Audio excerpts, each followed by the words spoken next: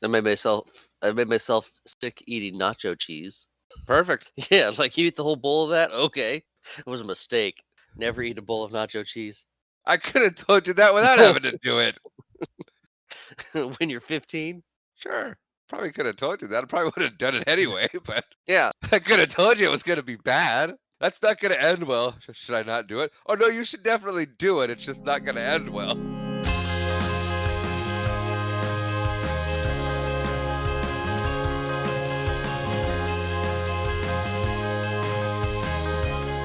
Hello, and welcome to what is actually episode 72 of the Watch It Bro podcast. Like last time, I'm Tristan. And I am Marshall. And today we are going to get lost in the world of Jurassic Park, Volume 2. Or Site B. Site B! That's what they called it. I said dumb things. Listen to That's Marshall. what they called it. But yeah, I was listening to our last episode, and I fully confidently said episode 72, and I went, my pick, it's on, you're dumb. What are you doing? So this one is actually episode 72. Yeah. Wasn't I doing no hand gestures for like 70? Anyway. Yeah, it was one of them. But yeah, The Lost World was directed by Steven Spielberg. Oh, we're going right into it? We're going right into it because I got nothing. You might recognize Steven Spielberg from other blockbusters, such as Schindler's List, Jaws, Indiana Jones and the Temple of Doom. or Marshall's favorite, E.T. I'm Womp womp. wow. Fun fact, Marshall and I both can't stand E.T. I don't even think I've seen it. It looked so stupid to me. That's a claim. What? That it looks stupid. Dumb movie. Oh, You don't like it? No, but I didn't think it was dumb. What did you think of it? We're not an E.T. podcast. We're going to end up picking E.T., aren't we? I'm not. I might have to actually sit down and watch it just to see. Fun fact. Yes, sir. After the success of the first one, and due to his friendship with Steven Spielberg, who wanted to make a sequel to Jurassic Park, Michael Crichton was, we'll say pressured into making the sequel book, The Lost World. Oh, He's the sequels, but Spielberg's like, I want to make another one, write another book. He's like, fine, sure. That sounds like Michael Crichton. But yeah. So the book came about because of of Jurassic Park. And it's a good book. It is a good book. It's a lot of fun, and it's very different than this movie. Oh, so it's a good thing he wrote another book. Yeah. Movie's is loosely based on it. There's some of the same characters. Malcolm. Fun fact: in the original Jurassic Park book, Malcolm dies at the end, or it says that Malcolm died at the end. We didn't. It's a written line at the end that when they're stuck in Costa Rica, that Malcolm died. At the beginning of this book, within like the first chapter, he's like, well, the first chapter of The Lost World, it says Malcolm's career had been stunted due to a injury in Costa Rica where he had spent a year or so healing. It that the injury was so bad, there was rumors spread that people had thought he died, but it turns out he was only mostly dead, and Costa Rican surgeons brought him back from the brink. Perfect. Yeah. Good way to write yourself out of anything.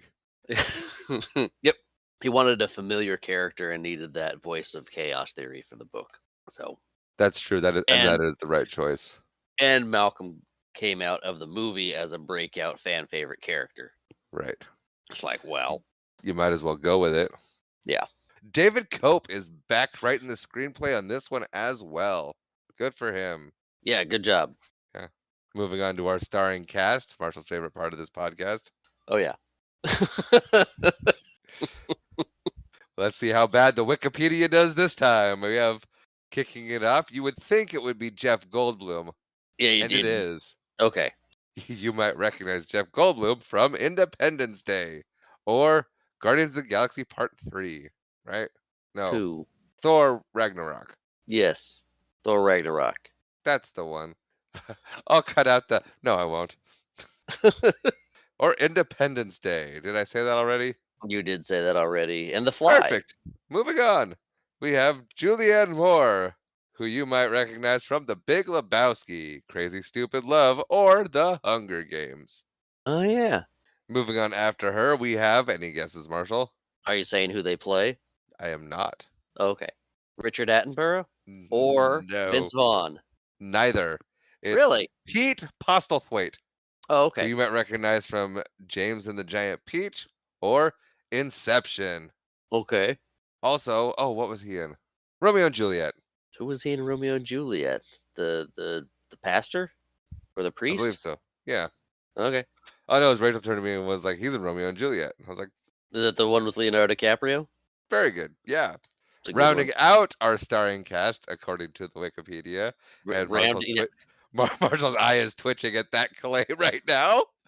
So Wikipedia says there's only 4 people in this? Yes. Not Okay. four people in the movie. Oh, okay. Is this Vince Vaughn? No. No. No.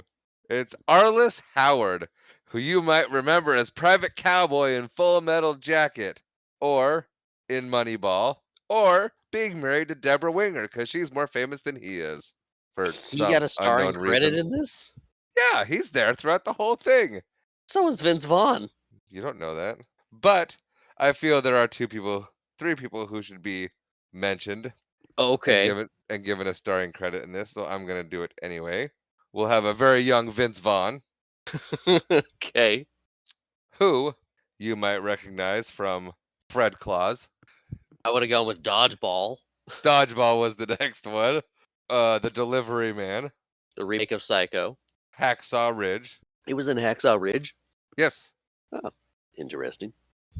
following him as an honorable mention, according to the Wikipedia, not according to the Wikipedia, we have Richard Schiff, who you might recognize from The Good Doctor, because I did, and Rachel was impressed by that. Okay. Yes, And Richard then Schiff should be mentioned in there. yes. And then rounding out who I think should get a starring credit or at least an honorable mention because this was her breakout role. We have Vanessa Lee Chester, Okay. who you might recognize from Harriet the Spy, 17 again. Probably not though. Okay. Nope, I do not recognize her from that. Uh, probably Harriet the Spy. More likely she was, or she's all that maybe. That's right. She was also student 3 in Malcolm in the Middle, and Oh, okay. Mia on How I Met Your Mother in the episode The Autumn of Breakups. I I mentioned that do because Marshall's a big How I Met Your Mother fan, and he would probably know her from that description. I do not know who Mia is in that episode. Perfect. Moving on. The music was by John Williams, because duh. Hey, I did we I think we should throw in Peter Who's Sto Peter Stormare. who's he? He was in Argo, he was in Armageddon. He's done where he plays the weird Russian guy. Big Lebowski. Uh, he's okay. I know who he is. He's the guy that looks like Ryan Gosling. Joe Libre. Okay, yeah, sure. He looks like Ryan Gosling. You just saw it for the first time, didn't you? No, but I'm gonna let you own that. I stand by it. I stand by that. Okay. And I wouldn't have given him a starring credit. We have I music by noticed. John Williams. What'd you notice? Oh no. You just said you wouldn't have given him a starring credit, and I said I noticed because you didn't. That Wikipedia didn't. Well, you didn't add him to your honorable mentions. Did not. Watched this whole movie. Never knew his character's name. Dieter. Yep. Never picked that up. Well, they just weren't paying attention. They said it like 8 I times. I called him. Was he RJ? No. RJ See? was the RJ was rolling 10. Yep. Dieter was Same guy. the guy with the cattle prod. Yep. I called him Compy. Okay, I get that. I called well let's get into it. Because anyway, music was by John Williams. Please tell me your little nicknames for people. Like I said in the last episode, I have trouble following long plots. This is why I watch TV shows over movies most of the time. It's unfortunate cast. It works out fine. I take notes thoroughly because That's I good. have to. My wife loves watching movies, and I want to get better at doing it. Turns out, after 3 years, hasn't helped a once. Still just as bad with movies. Well, I still enjoy movies. that's good. I have trouble retaining what happens. I watch it and I go, "That was great." They're like, "What happened?" I go, "I couldn't really tell you, but I had fun with it." Oy. The Lost World was released May 27th, 1997 on a budget of 75 million, and it brought in an incredible 618.6 million, making it a blockbuster. I feel like I Yep. should have a blockbuster stamp and just like hit my Big monitor with it, stamp. but that would like break Yeah, my that monitor. it depends on how hard you hit it. It might just rock it a little bit. Very hard. Oh, okay, you wanna hit it really hard? Yeah, like a big Oh, okay. stamp of approval. Like, "Ah ha! Big Boom!" stamp it. Thundering stamp. I guess I could stamp The Notebook.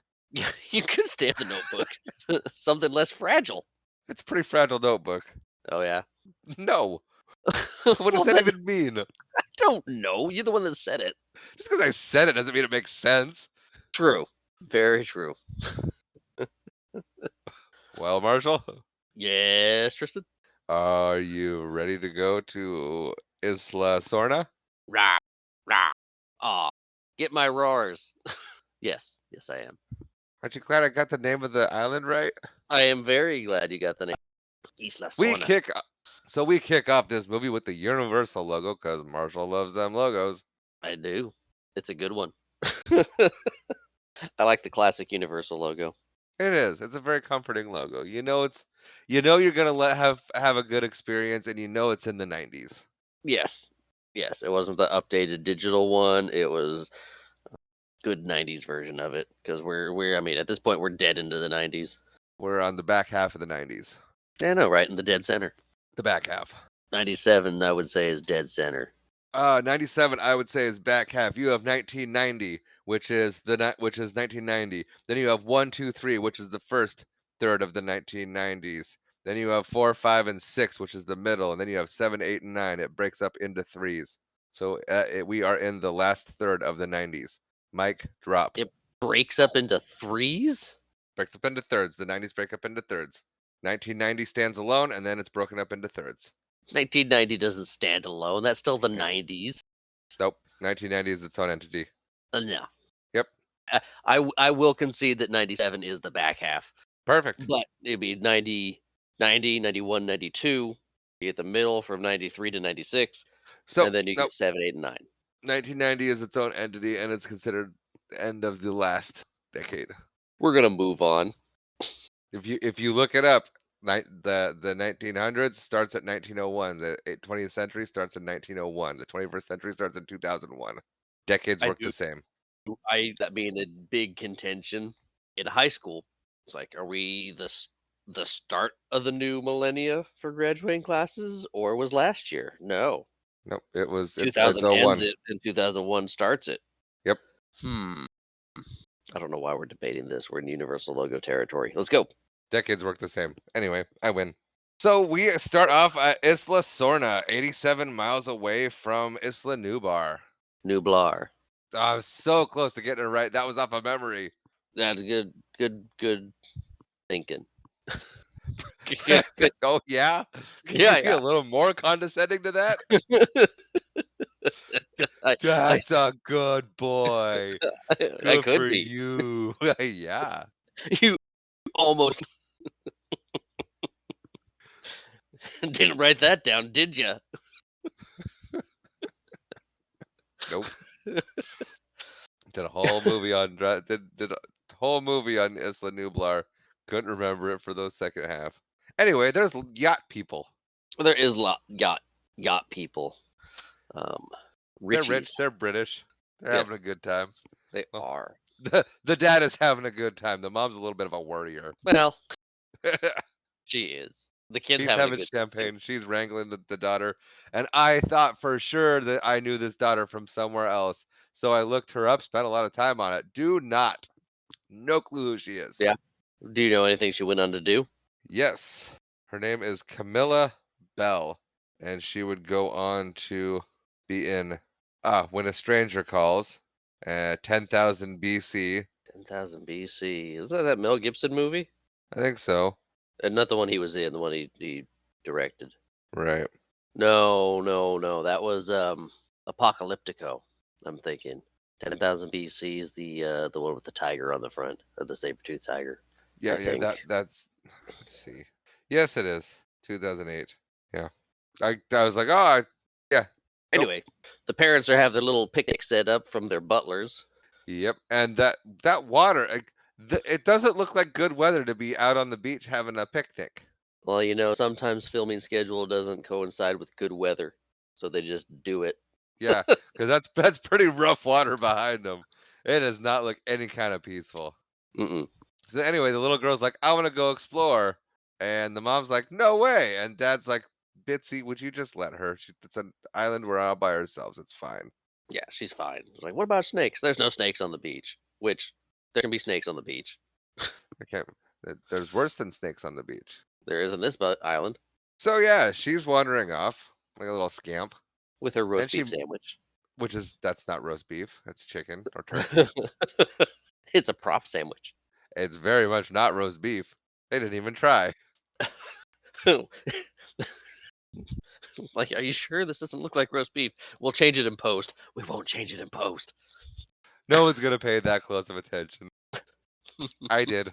Yeah, Anyway, but so, yeah, she sees a compy, she and does. she's like, Or "Whoa, what are you a bird?" it's a Procompsognathus for the fuller name. It is Procopsignathus. But yes, it's a compy. Compy for short. Yes. And she's fascinated by it, and it's pretty interested in her as well. Yeah, little chicken-sized lizard bobbing around, being all cute. And her first thought is bird. It moves like a bird. Does. And so she feeds it. And he's like, "This is good. I like this chicken that you call roast beef." Like, I'm gonna get my friends. Yeah, so he gets his friends over because they communicate, right? Compies communicate with each other. Well, they're all watching from the woods and like, okay, that one's not dead yet. Let's go see what it's doing. It's eating. Yeah. And so more of them come out, and she's like, "I don't think I have enough sandwich for all of you," which is why they tell you not to feed wild animals Yes, yes. You don't want them jumping at you and going crazy. trying to get food because then they turn you into food. Right. Guess what these ones do? They try to turn her into food. They do. Yeah, so she starts getting swarmed. Yeah, Um, she's all screaming and stuff because they want to eat her now instead of the sandwich. well, they want to eat the sandwich first. Well, she throws it at them, and then they just keep going for her.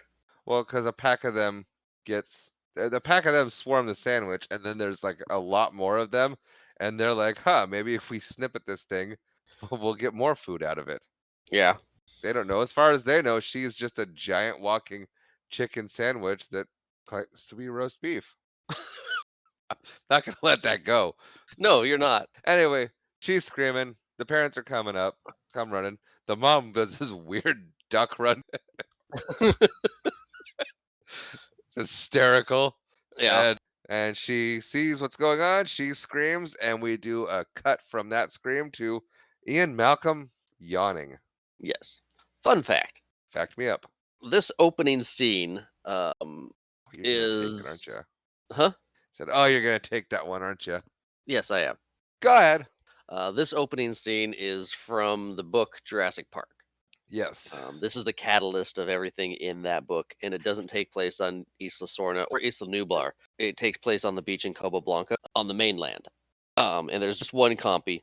They're out there. It bites the kid. It's got a weird venom reaction, but the it kind of gets people talking a little bit of this weird lizard and why was it on the coast.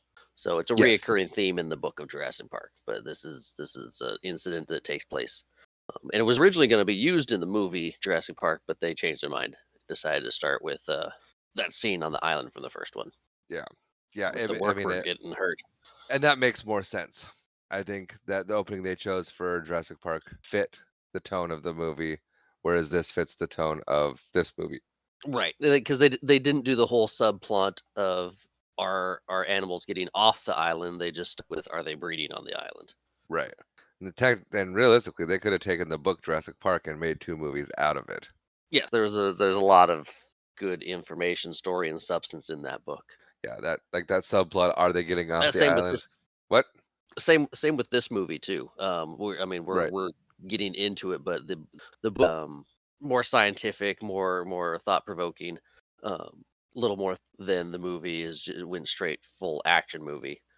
It's got 50% more dinosaur action in this movie than Jurassic Park did. Yeah. So Yeah, we see Ian Malcolm, and I mean, he's getting on a subway. He's going somewhere.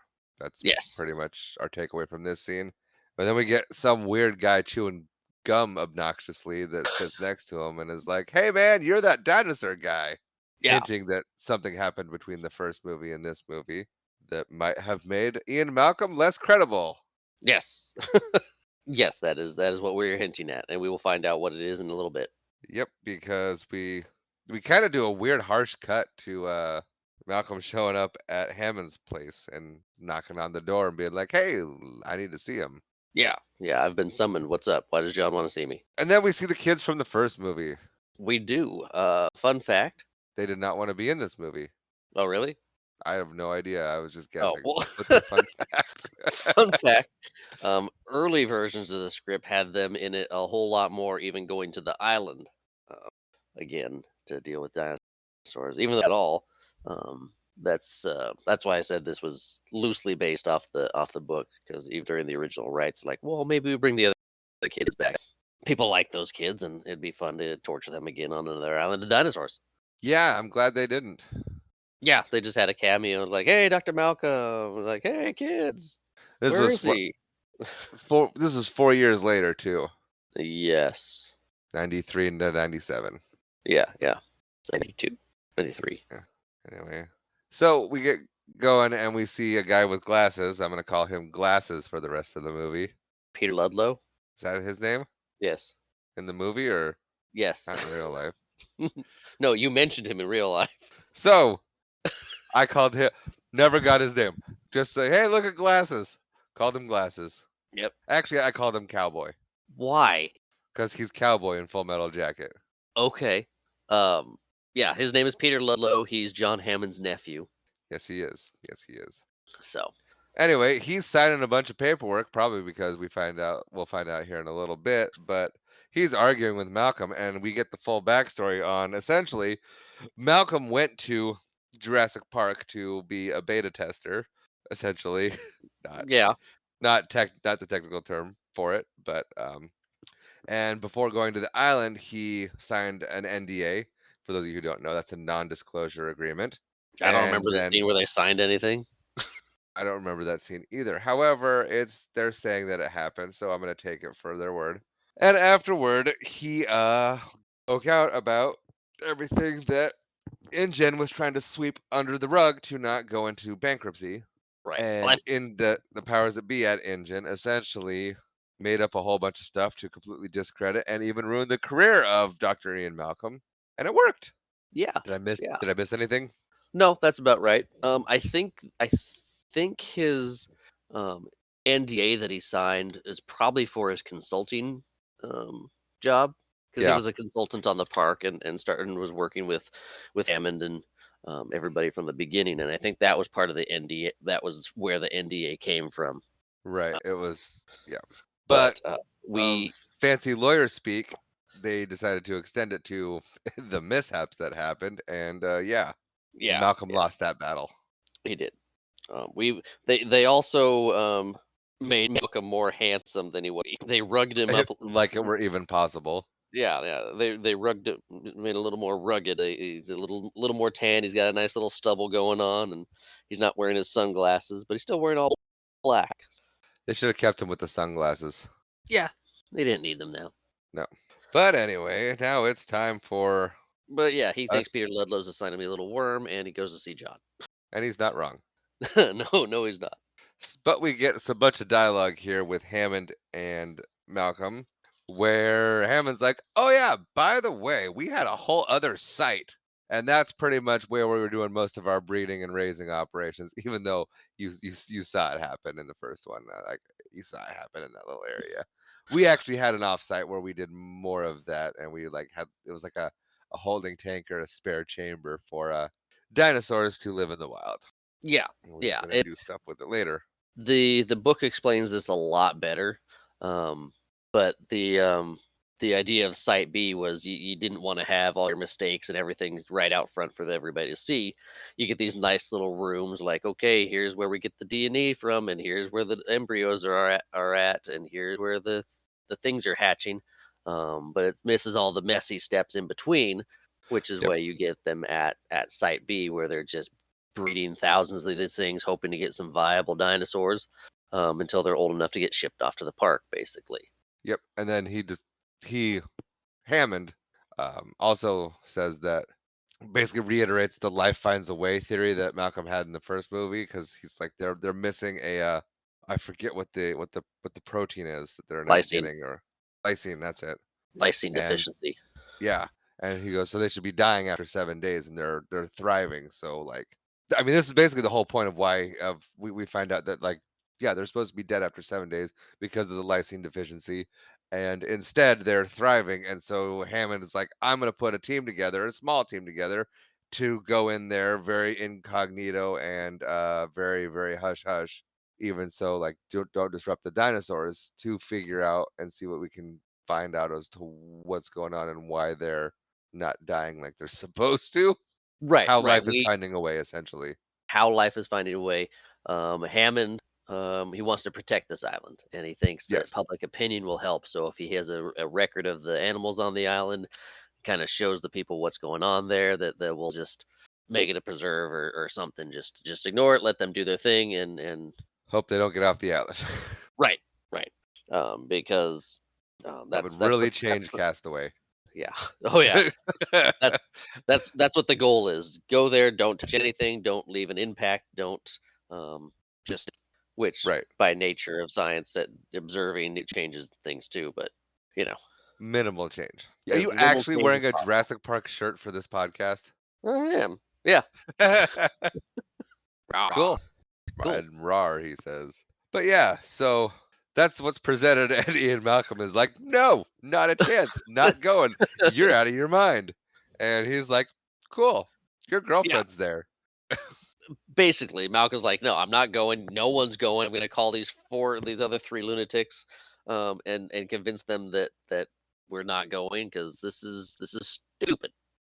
And dangerous and wildly Yeah, we find irresponsible. out, and Hammond tells us who the others are. There's Nick Van Owen, who's a wildlife photographer, Eddie Carr, who's a field equipment Expert. expert and manufacturer, and then they have a paleontologist. Which we find out is Sarah Harding. And fun Yes. fact, she is not a paleontologist in the book.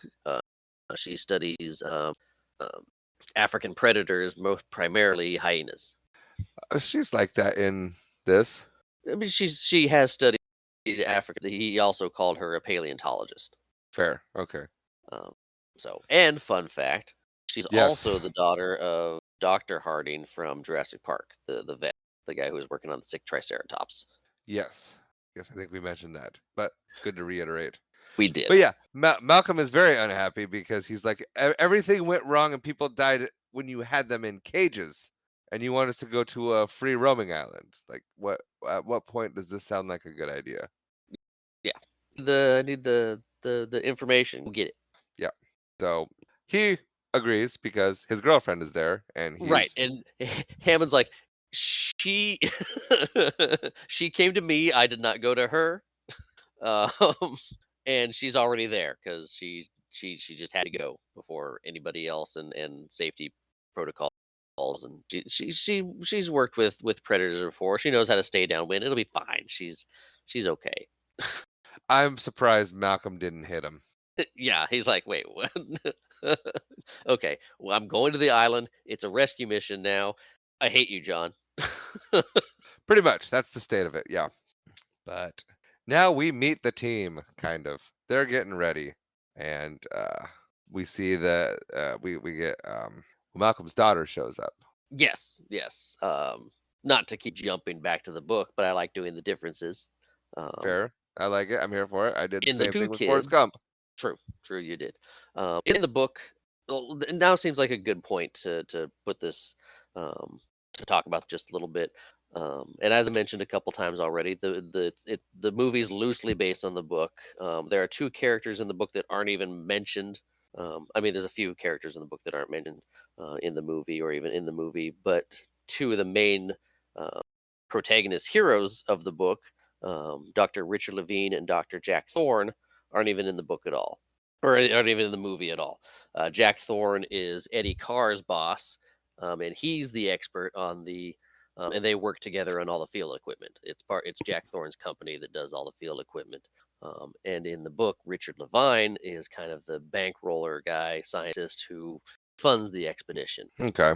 And he works with the two kids. Well, he's Richard Levine had to do community service, so he was working at Kelly and Arby's school.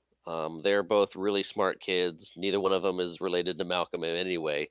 Um, and they, for the movie, they just kind of squished them together and made it one kid as Malcolm's kid. Perfect. It's a good way Without, to do it. yeah, and she doesn't have any of the personality or traits of the kids in the book at all. They're smart kids. They know computers. They're just, and she's. They didn't give her a lot to do in this movie.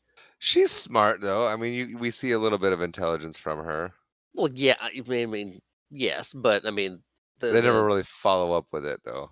yeah, yeah. She's gymnast. I'm not saying she's dumb, but that it wasn't a flushed out full. I mean, I didn't see her as a fully flushed out character. Background character. She was just Malcolm's daughter.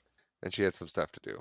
Right. Unlike the kids from the first movie where you get Tim the dinosaur nut who knows everything about dinosaurs. He's there in step, and then Lex is the computer hacker and um, anyway, just difference in the characters and things like that. Right. So yeah, they argue, and their argument ends with Malcolm saying, "You know what? You want good parenting advice? Don't listen to a word I say." I wonder if that'll come back. Yeah, yeah. Um, we find out that Kelly's mom kind of just dumped her with Malcolm and went off to Paris with someone. And so he mentions in the first movie that he's got a handful of kids, but he's always looking for another ex Mrs. Malcolm, and so he's not. We get the idea he's not really present in a lot of his kids' lives. Um, and now he's trying to be a dad to a kid that just kind of showed up. Well, I mean, and Kelly even mentions that she's like, "What you like making kids, but you don't like spending time with them." Right. He's like, look, I didn't decide to send your mom to Paris and leave you with me. I'm a bad father, so don't listen to me. I'm sorry." That's pretty much, yeah, Yeah, because he's trying to let her know that he's going to be going away for a while. He's got to um stay with somebody who she calls a troglodyte because she doesn't have Sega. Uh, which if that doesn't date the movie. yeah, yeah. He's like, that's cruel but good word usage. Yeah, Um, but she wants to stay with Sarah Harding because that's something that happens that she knows, Sarah. But he's like, no, Sarah's preoccupied, so you're staying here. yeah, Goodbye. right. Anyway, that was a lot more time than I wanted to spend on that section, but I'm glad we Oh, did. sorry. No, no, it's good. I'm glad we did because that develops a whole lot of stuff. But then It we cut does. to we got Eddie Carr Yep. now showing Ian the high hide or the tree stand that I call, Yeah. and Eddie's kind of condescending. Yeah. The high hide, it's high and you hide, high, hide, hide, hide, Yeah. hide. He's just explaining it. And Malcolm's like, Ian's why? like, uh-huh, I got you, dude. Put you at a convenient biting height. No, you're a little above biting height. Yeah. You're at pterodactyl height. Not even close to what they sounded like. Caw. Caw caw. They're like Pokemon. Pterodactyl.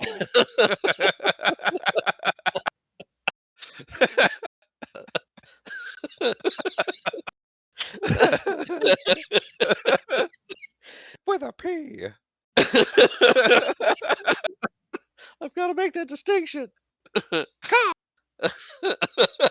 Anyway, we see Kelly sneaking onto the trailer, Yeah. Yeah. and then we see a map. She ends up looking at a map. There's a map. There's a map. I'm the map. I'm the map. Anyway, Oh and we see man. there's a bunch of there's like a little isla cluster down there where they're Yeah. going. Cluster of islands. I wonder how many of those have dinosaurs on them Just two. for now. You're not wrong. I believe there's a 3rd Jurassic Park movie, and then there's a sequel trilogy. Well, the third Jurassic Park movie takes place on Isla Sorna as well. Jurassic World goes back to Isla Nublar. Jurassic World 2 is Isla Nublar in the mainland. So, And there are 3? okay, Jurassic World 3 takes place on the mainland in a bunch of different cities throughout the world. Um, not city, but locations. And then Jurassic World 4 takes place on a third island, which is neither Isla Nublar or Isla Sorna. I just don't know which island that was. Very good. Now we're on the barge. That's what I'm gonna call it. Looks like a barge. Yeah, it's a barge. It's a boat. It's a big thing. And, Ian and Eddie are going over their weaponry, And Ian's trying to use the satellite phone. and it's not working. Like, horrible phone. And then, Nick shows up with Satellite phones were fairly new technology then. they were. Then Nick shows up with the driver of the barge, and the driver's like, "Hey, I will drop you off, but I am not staying anywhere near this place because everyone who stays near this place dies. So good luck to all of you. But if you need off the island, just go ahead and radio me, and I will be here in 2 hours. But I will not wait for you." Yes. And so that's yeah. So then they're on the island, unless You're Marshall gonna has more. you're gonna miss the.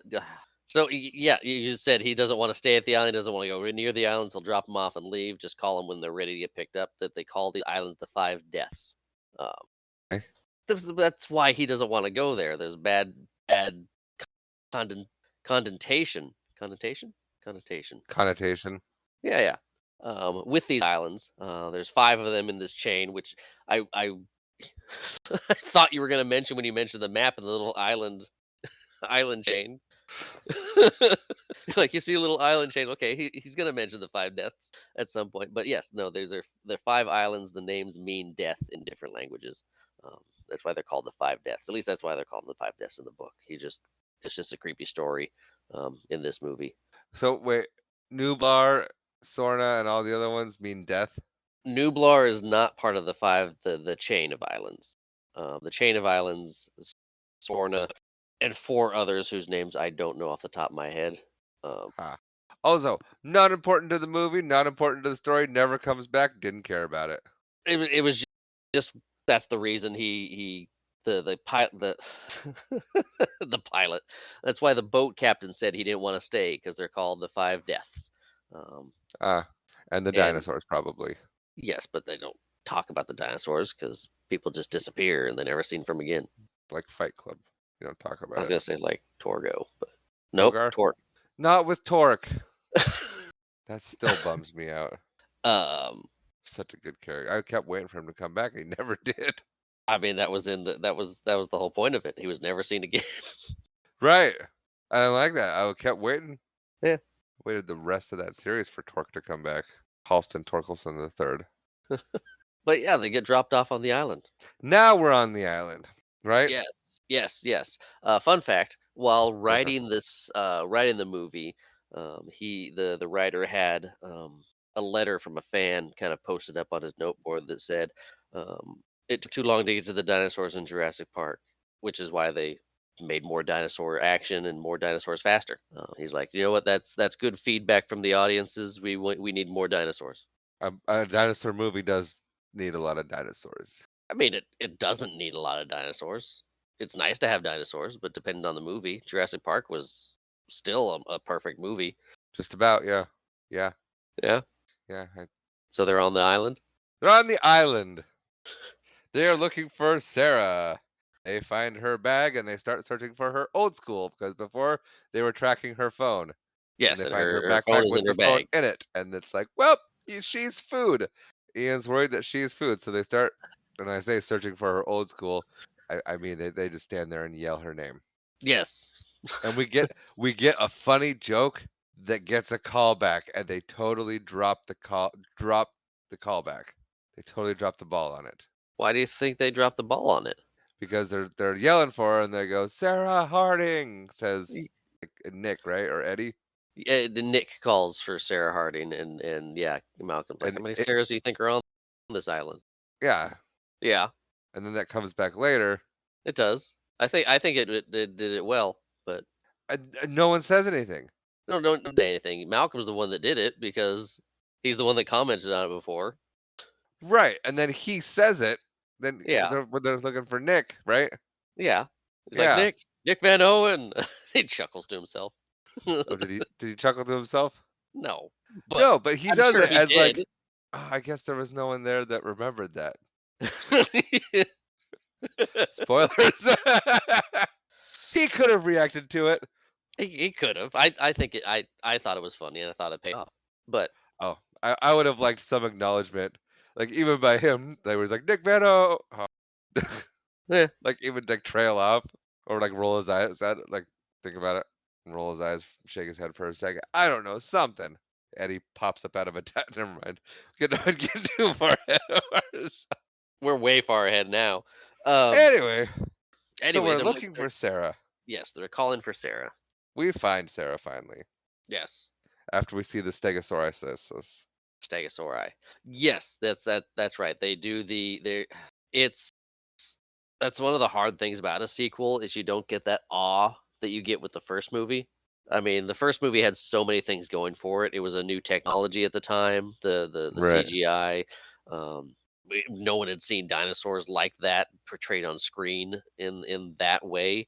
This and it just that first shot where you see the Brachiosaurus still stands out as awesome and amazing. And I mean, here, like, okay, well, how do we up that up? Well, maybe we have like six Stegosauruses come through and kind of a arching um, uh, a shot right there, and they do it. It's for them, yeah. They're like, holy cow, there is dinosaurs here, and Malcolm's like, what'd you think you were coming to film and do? Yeah. Hammond was telling you there was dinosaurs. Nick's like, I don't know, big iguanas. Yeah. But yeah, you get the shot of the Stegosauruses, and it's kind of that impressive, uh, awe-inspiring shot, but it doesn't hit like that Brachiosaurus. No, it doesn't. It doesn't have that awe factor. That is true. But it's still good. They find Sarah and they kind of have it's a sweet little reunion. Malcolm's not mad at all. He's a little mad. Oh, he's very mad. Yes, he is. Sorry, did you not pick up my sarcasm? No. Oh, I apologize. Did you pick it up there? Yes. Okay. Yeah, but she's talking a lot, and she made the discovery. She's like, I figured it out pretty quickly that they need the lysine because they're lysine deficient, and so they only eat plants that contain lysine. The herbivores do, and then Yeah. well, the carnivores eat the herbivores, so They're getting the lysine ipso facto through the circle of life. it's You're right, all Ian, life finds a way. it's all doing it. It's all doing the thing it's supposed to do to sustain life. And he's like, fantastic, we're going home. Yeah. This was fun, we got you now, let's get out of here. And she's like, hold on, I'm gonna go pet a baby stegosaurus. Yes. And she goes up and she gets really close and she starts petting him and he's like, she can't not touch. Yeah. It's like, "What why? Did you a cute little baby Stegosaurus." I would pet the thing too. Yeah. And then yeah. So back in the day, cameras were not completely digital. They had this stuff called film that you had to put in. And you had to wind them Yeah, and then yes. when you ran out of film, they would automatically rewind. That was like high tech to have a camera that automatically rewound. Yes. Before you had to do it yourself with the little your thumb and it's not picking it up. Anyway, so yeah, she's taking pictures while she's petting this little guy, and then the camera starts rewinding on its own, and it freaks out the little stego guy, and he goes, and that upsets mommy and daddy stego, and they try to kill Sarah dead. They do. And so she runs into the middle of them, almost gets swiped by a tail, crawls under a log. They do a stabby, stabby tail thing, almost get her, and then they decide that she's not worth it, and they walk off.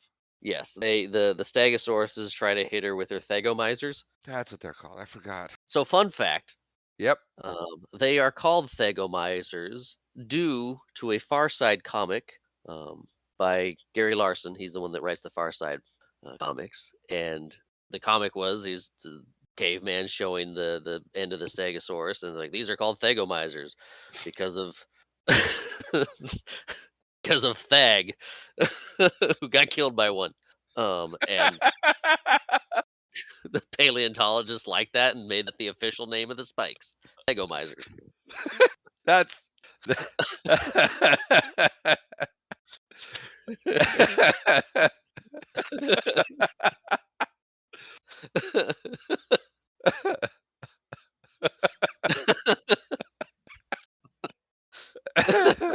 That's so good. It's good.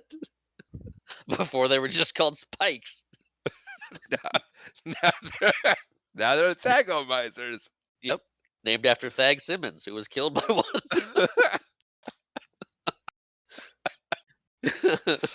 Avoid these, and Sarah does. She does good at avoiding the Thagomisers. Yes, What, did you look confirmed it up? via confirmed via Google. Don't trust me? Yes, I trusted you, but I trusted you, but you know, there's some things that are just so good, you just have to see it for yourself. Yeah, yeah. Seemed a little So far-fetched. that did seem a little far-fetched. So after the Pterodactyl. Thagomizer incident, it's travel time. Nick can't smoke. Right. Yeah, they're walking, they're talking. Nick's like, "I'm gonna have a cigarette," and Sarah's like, "You can't do that. You Yeah, can't introduce a new smell to the atmosphere." right, right. You can't do that. We can't leave any garbage behind. We can't bend blades of grass, dinosaurs like I just did. Yeah, we can't do anything but pet the dinosaurs. Right, right. That this is where I wanted to bring it up, but yeah, that was the whole point of going in here, watching them, taking pictures, getting your record, and leaving. And she's like, "I'm gonna go pet and wrestle this thing." To be fair, she didn't wrestle it. I but still, you're like, he Nick can't have his smoke, but you can go rub up on the dinosaur. No, They need him not to smoke because they need him chewing gum. yes, they need him chewing gum, but then give him a gum habit and don't make her whole premise there stupid because she contradicts herself within 2 minutes. You're reading too far into it. She's the one that said it, and she's the one that pet the dinosaur. Let it go. Let We it we go. can't we can't even bend a blade of grass without disrupting their environment. It's like, what does petting them do? Nothing. They're cute. And she's not wrong. They're adorable. Yes, but you don't want to pet them, especially if you can't bend grass. I would have pet the dinosaur. I'll It's bet very- I'll turn back every single blade of grass to be able to say I pet a Stegosaurus. but yes, that's Nick can't smoke. They're not supposed to leave a mark, And and then now there's a fire. he chews gum. And yeah, Eddie's like, "There's a fire at base camp." It's like, "Why is there a fire at base camp?" He's like, "Is my equipment burning?" So they all run back, and Kelly comes out and she's like, I was just making dinner for you guys. I Yeah, wanted it to be ready when you got back. she smiles. And yeah, so they're putting the fire out, and she's like, no, kick dirt on it. Water makes smoke billow. And I'm going, you pet dinosaurs. Now you're saying that. Not even, I never said that once. I was like, who cares, lady? She They've doesn't wanna seen leave an impact. they've seen fire. They've smelled smoke, Yeah, campfire. They smelled wood burning. I guarantee you part of that true, island but has you don't caught wanna on freak fire. them out. They smell fire, they're like, "Oh, the forest must be on fire. Run, everybody, run." You know what? Things happen. They get used to it. Stegosaurus stampede. Yep. But now Uh, Ian's like, "Hey, I'm gonna get you home," and satellite phone still ain't working. yeah, and at this point is just like, "Okay, we're gonna get the boat back here. I'm gonna take my daughter and get on the boat. You're all welcome to join me because I can't drag you off here myself. I can drag her off here. I own her." But, um Yes. But if you would like, you can write a letter to your next of kin, and I will deliver it for you. yeah. Do you have any loved ones you'd like to say something to? Any effects you want me to take back to hand out to people? You know, Um, before you become food. before you can food. It never in the movie it never says how she snuck aboard the vehicle, and I mean basically Malcolm says, "Don't listen to me. Go where you're supposed to go." But again, until now, leaves it all very up in the open of how she did it. The kids in the book stowed away. They wrapped themselves in insulation and hung out, not hung out, but crawled into some of the compartments in there in the trailer and just kind of hunkered down basically for the whole trip from San Diego to Costa Rica and then the boat ride. Wow. Yeah. So we can assume she did the same thing or something similar because somebody would have had to have driven that vehicle. a little bit, at least to get on the plane and then on the boat, and then you know. Right. So now we're in the trailer, right? Yeah, yeah, yeah. Malcolm's got to talk to his daughter because And he's and upset. then clearly, He's and very upset. with good reason. Yeah. And then Sarah comes in, and we find out Malcolm's a horrible boyfriend. Okay. Yeah. Like, I came to rescue you from this island, and she goes, "Great, where were you when you stuck me with your parents for dinner that you never showed up to? That would have been a good time to rescue me." Yeah. Or other examples that I don't remember because the parent one was funniest. It was. So then they Uh, start arguing, and Ian's like, "What are you doing in here, Kelly? I need privacy. Get out, get out." yeah. It's tall talk now, which she's like, great. You need a height requirement to have a conversation. He's like, please just go outside and let us talk for a second. So then they start arguing a little bit, and then Malcolm's like, "Wait, where do you think you're going? Don't go outside. It's dangerous out there. What are you doing? Get back in here. Close the door. Yes, Come on." goes to the door. It it's a fun interaction. It Uh, is. and I think I said this before. I didn't know why they changed the two kids into one kid and everything. It for the movie it makes sense. If you don't have Dr. Levine who's working with the kids, why would there be kids that aren't related to one of these four other adults? Right, Malcolm had mentioned he has kids, and that would be the most appropriate person to have a kid potentially show up in this situation that would ever that would be here.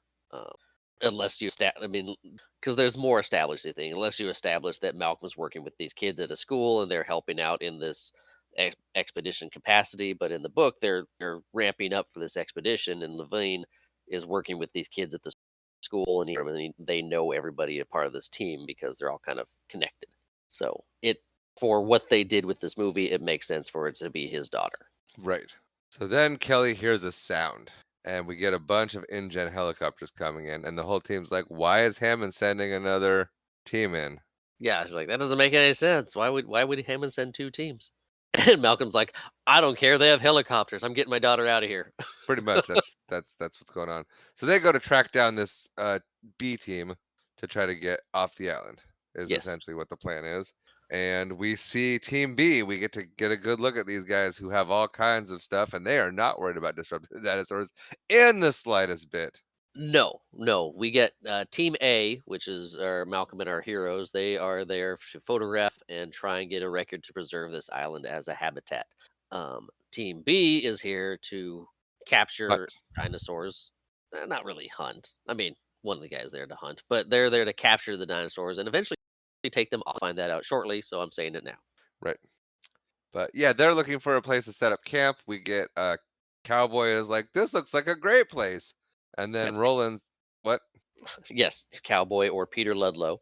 Um, Peter is like, "This is a great place to set up camp. It's got everything you need right here." And Roland's like, "Yeah, because it's a game trail. Carnivores hunt on game trails. If you want to be food, be my guest. However, we're gonna find somewhere not in the middle of everything that goes on this island. Okay?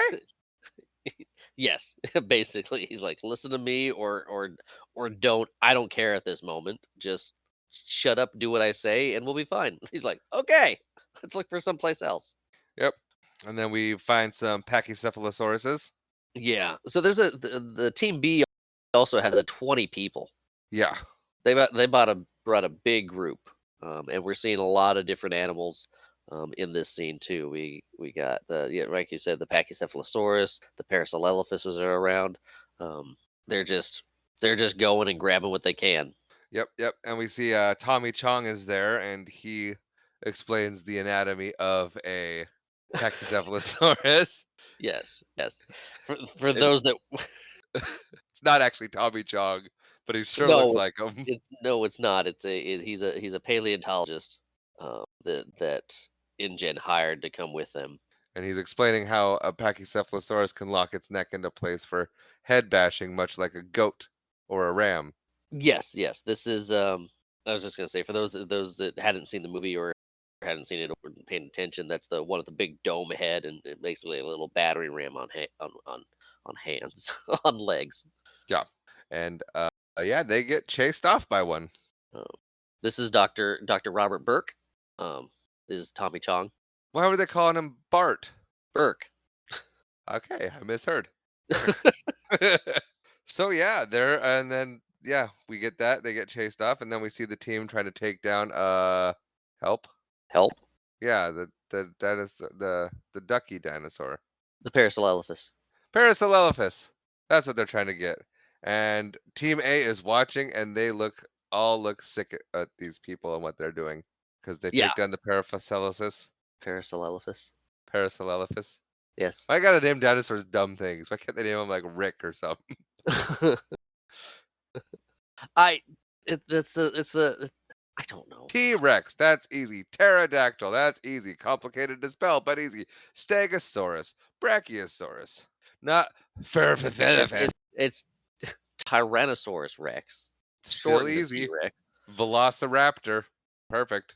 Deinonychus, Utahraptor. Procompsognathus. A little That's getting there. see, they're all a little bit Triceratops, that's a you're beautiful one. you're just used to saying those ones. Stegosaurus. Perfect.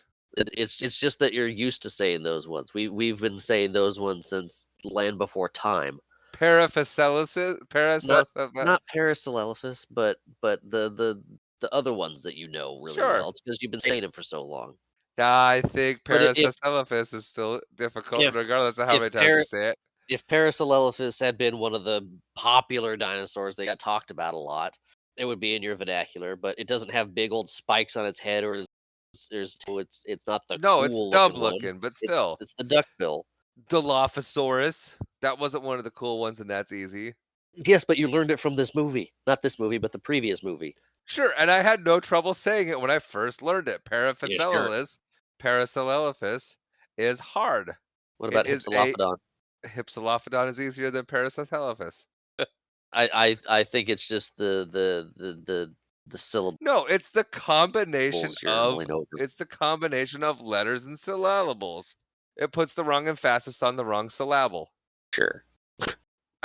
If you think that Paracelsus is hard to say, harder than other ones, please write us in, watchitbropodcast@gmail.com if you are on Team Tristan on this debate. Anyway, we should move along because we spent way too much time talking about names of dinosaurs. So we cut to Roland and he's like, I want to hunt a Tyrannosaurus Rex. And Peter's like, okay, if I don't have to pay you money, you can hunt. Yeah, he's like, "I don't want a fee, I just wanna hunt the male Tyrannosaurus Rex," Yeah. which is Scary.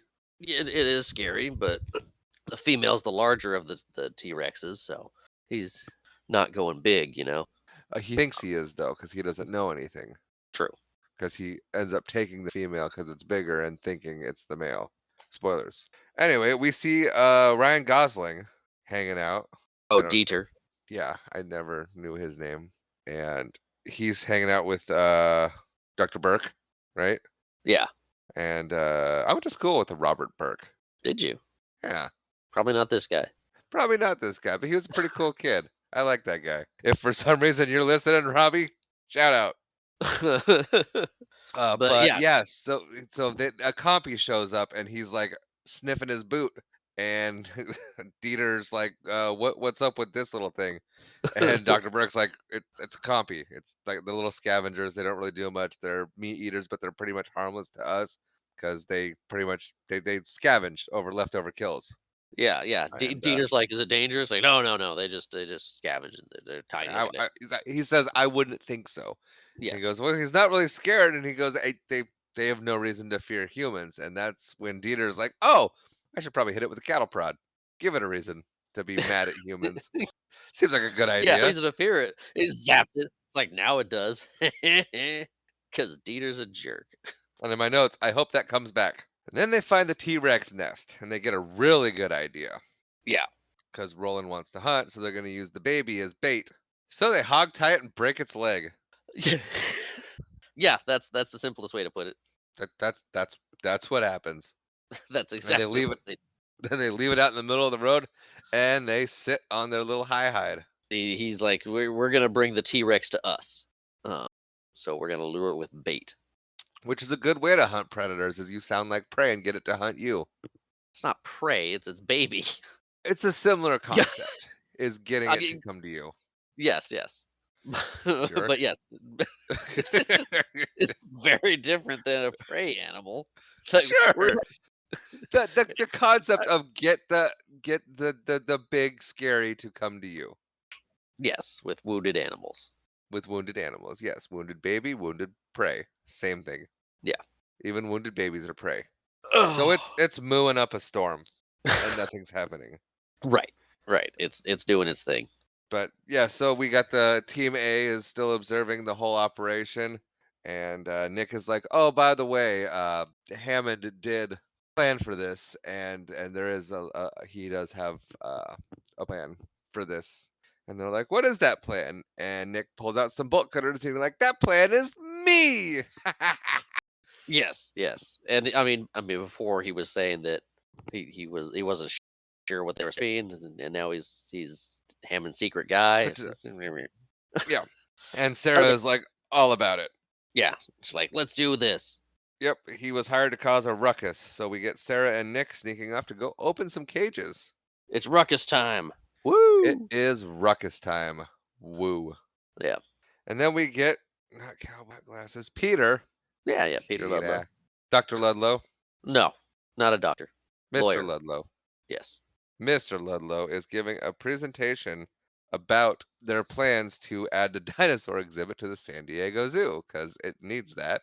Well, not to the San Diego Zoo, but its own thing in San Diego. It's just Sure. he's just making the comparison that San Diego to another bunch of animal exhibits, the zoo, SeaWorld, and now Jurassic Park San Diego. Oh, I thought it was just one big chunk of land that had the aquarium and the water world, and No, I thought they were adding a dinosaur exhibit to the San Diego Zoo. That would have no, been no. cool.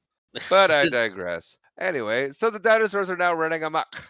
Yeah, so during his presentation with his investment group, Nick and Sarah are opening all the cages and letting the dinosaurs out. Uh, and all the dinosaurs huddle together and talk for a second and then say, "One, two, three, go!" And then they all charge into camp at the same time. Yeah, pretty much. Yeah, that's the state of it. They good communicators, those dinosaurs. Yeah, yeah. They make a And ruckus. yep, and then on his way out, Nick is like, "There's a baby Rex here, and it's injured. You know what I'm gonna do? I'm gonna take it, and we're gonna help it." And that could never possibly go wrong. No, no, that seems like a fantastic idea. Take the baby Rex and run. So they do. They hop in, and Sarah's like, "Oh, Ian's gonna be real mad about this one," which is true. And then the bad Yeah. guys discover that they're not alone on this island, and then it starts to rain, so we know people are about to die. Yes, it gets all dark and scary. I, why does it have to be dark and rainy? It adds to the ambiance. It would be really fun if it was like bright and sunny and super nice out, and all of a sudden dinosaurs were killing things. Killing things in daylight. I mean, it would work. You're more apt to go outside and be vulnerable in good weather than you are in rain. I Yeah, like I said, it adds to the ambiance. Sure. Anyway, we cut to Ian. He's playing with the radio. And then Nick and Sarah arrive back with the baby Rex, and Ian's like, "Hey, do you know what you have? Because I do, and I don't like it." Yeah, that is stupid, and you're all stupid for liking Yeah, it. and it's making noises, and Kelly's like, "Hey, I don't want to be here anymore." And they're like, Yeah. "Well, no, but it's fine, right? Remember, it was good. You had to come here." And she's like, "No, no, no, no, no, Dad, you were right. I want to go. Let's go. I want to go someplace safe." And he's like, "No, you're safe. T-Rex here, mommy out there. It's fine." Yeah, yeah. She's like, "No, no, no. I need to go. I need to get out of here. This is stupid. This is gonna call other animals." Um, Yep. Yep. no. So she's somewhat smart, and they're like, and Ian's like, "All right, well, we're gonna go to the high hide then." So they go to the high hide where Eddie's just standing there by himself. He's just like, "Oh hey, what can I do for you? Like I an don't know. Let, NPC. let, let me see your inventory. Put me up in the high hide, you jerk. Oh.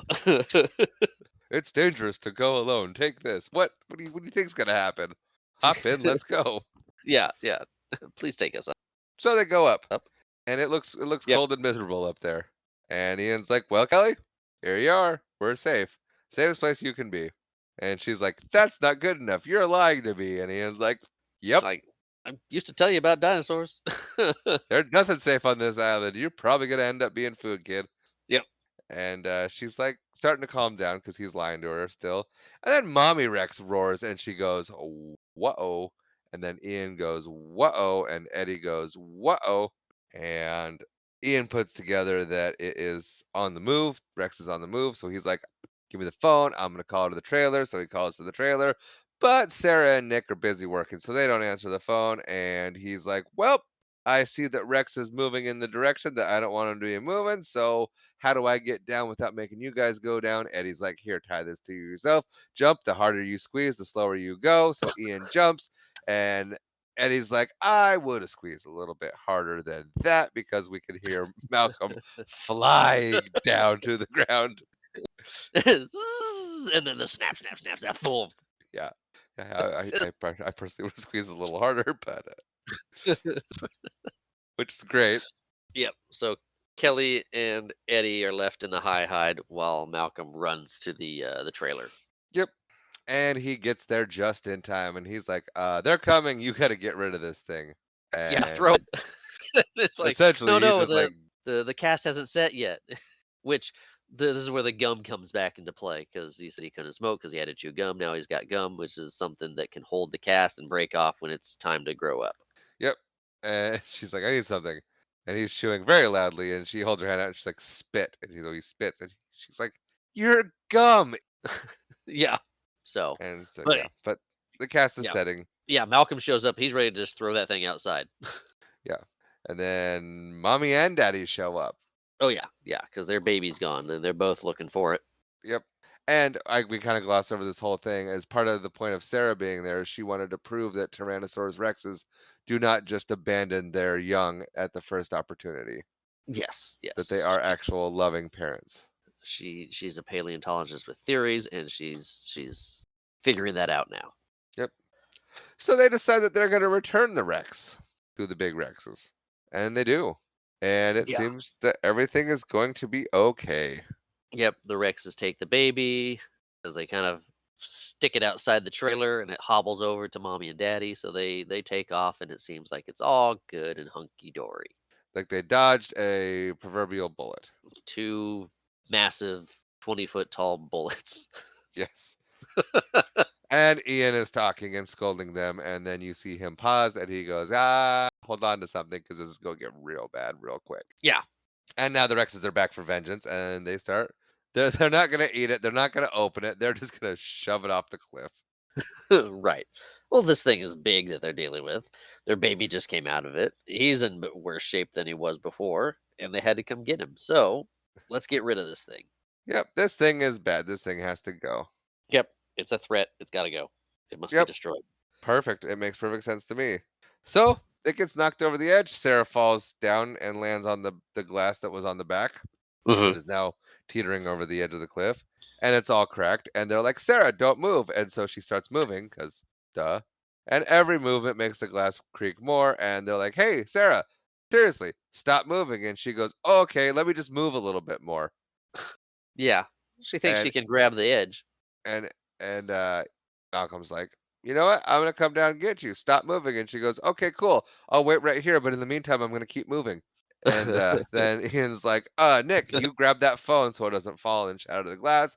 I'm gonna go get Sarah because she apparently does not understand the concept of don't move. And we'll get out of this thing." Yeah, Nick's like, "Copy that. I'm on it." Everyone knows their roles except for Sarah because she still moves. not a And fan of her moving. nah, that she dumb. To be fair, you're on a piece of glass looking down.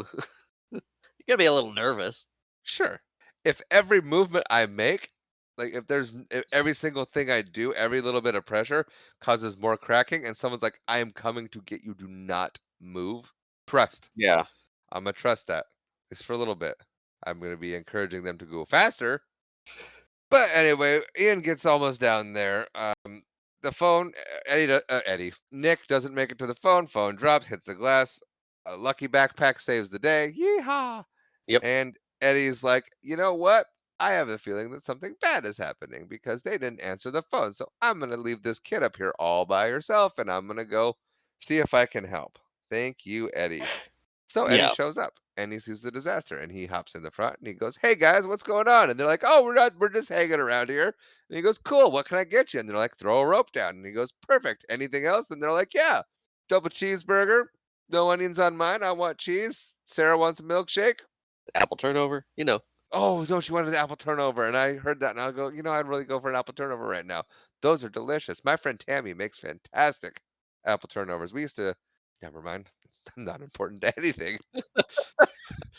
We we used to go over to her house, and, she'd make apple turnovers, and every time the opposing team had the ball, someone would get to go have a turnover to superstitiously force a turnover.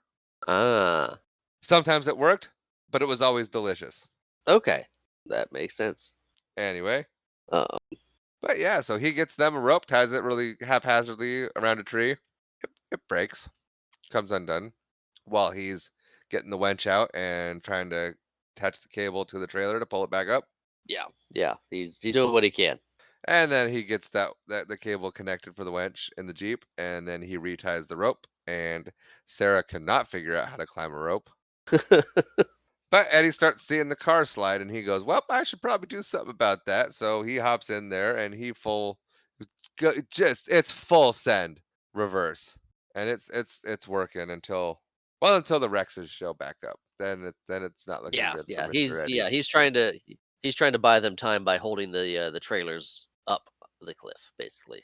Yeah, and he's trying to see if he can pull the trailers back up the cliff, because why wouldn't you? Exactly. Then the Rexies show up, and he's trying to reverse and everything, while pulling the tranquilizer gun out that gets stuck on the netting. Yeah, And then, unfortunately, Eddie meets his demise here.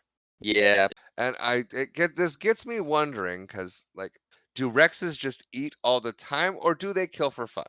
Uh, no, they're supposed. I mean, they're dinosaurs. Who knows? It's but Sure, but in the movie, some of it looks like they kill for funsies. some of it. Yeah, Like, this is the area where the bad thing happened to Baby. yeah, This guy is stopping thing that hurt Baby from going off cliff. So we need to get rid of dude. yeah, yeah. So they do. Yeah, it's They rough. do. Poor Eddie. That Yeah, sucks. poor. It does.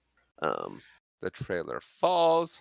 They climb up the rope, yeah. and It's a as cool. Sarah's cut It's a cool shot of the trailer going past them. and the Jeep falling behind it, and Yeah, it all they get exploding, zipped through. Yeah, and but then we see the hubcap come flying up and almost hit him. yep. But then they climb up the rope, and as Sarah's cresting the top of the cliff, we see a hand reach out, and she's reluctant to take it at first, and then it's like, it's either this or a cliff. So she grabs, and they all get hoisted up by the B team, Yep. and the B stands for bad Beer, guys. and they have Kelly. Yes.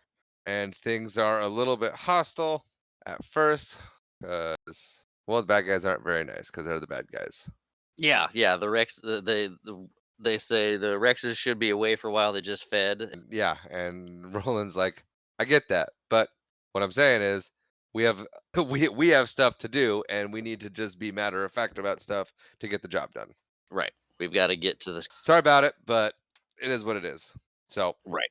their whole mission now is to get to the main the center of the island where the radio is and the extraction point will be.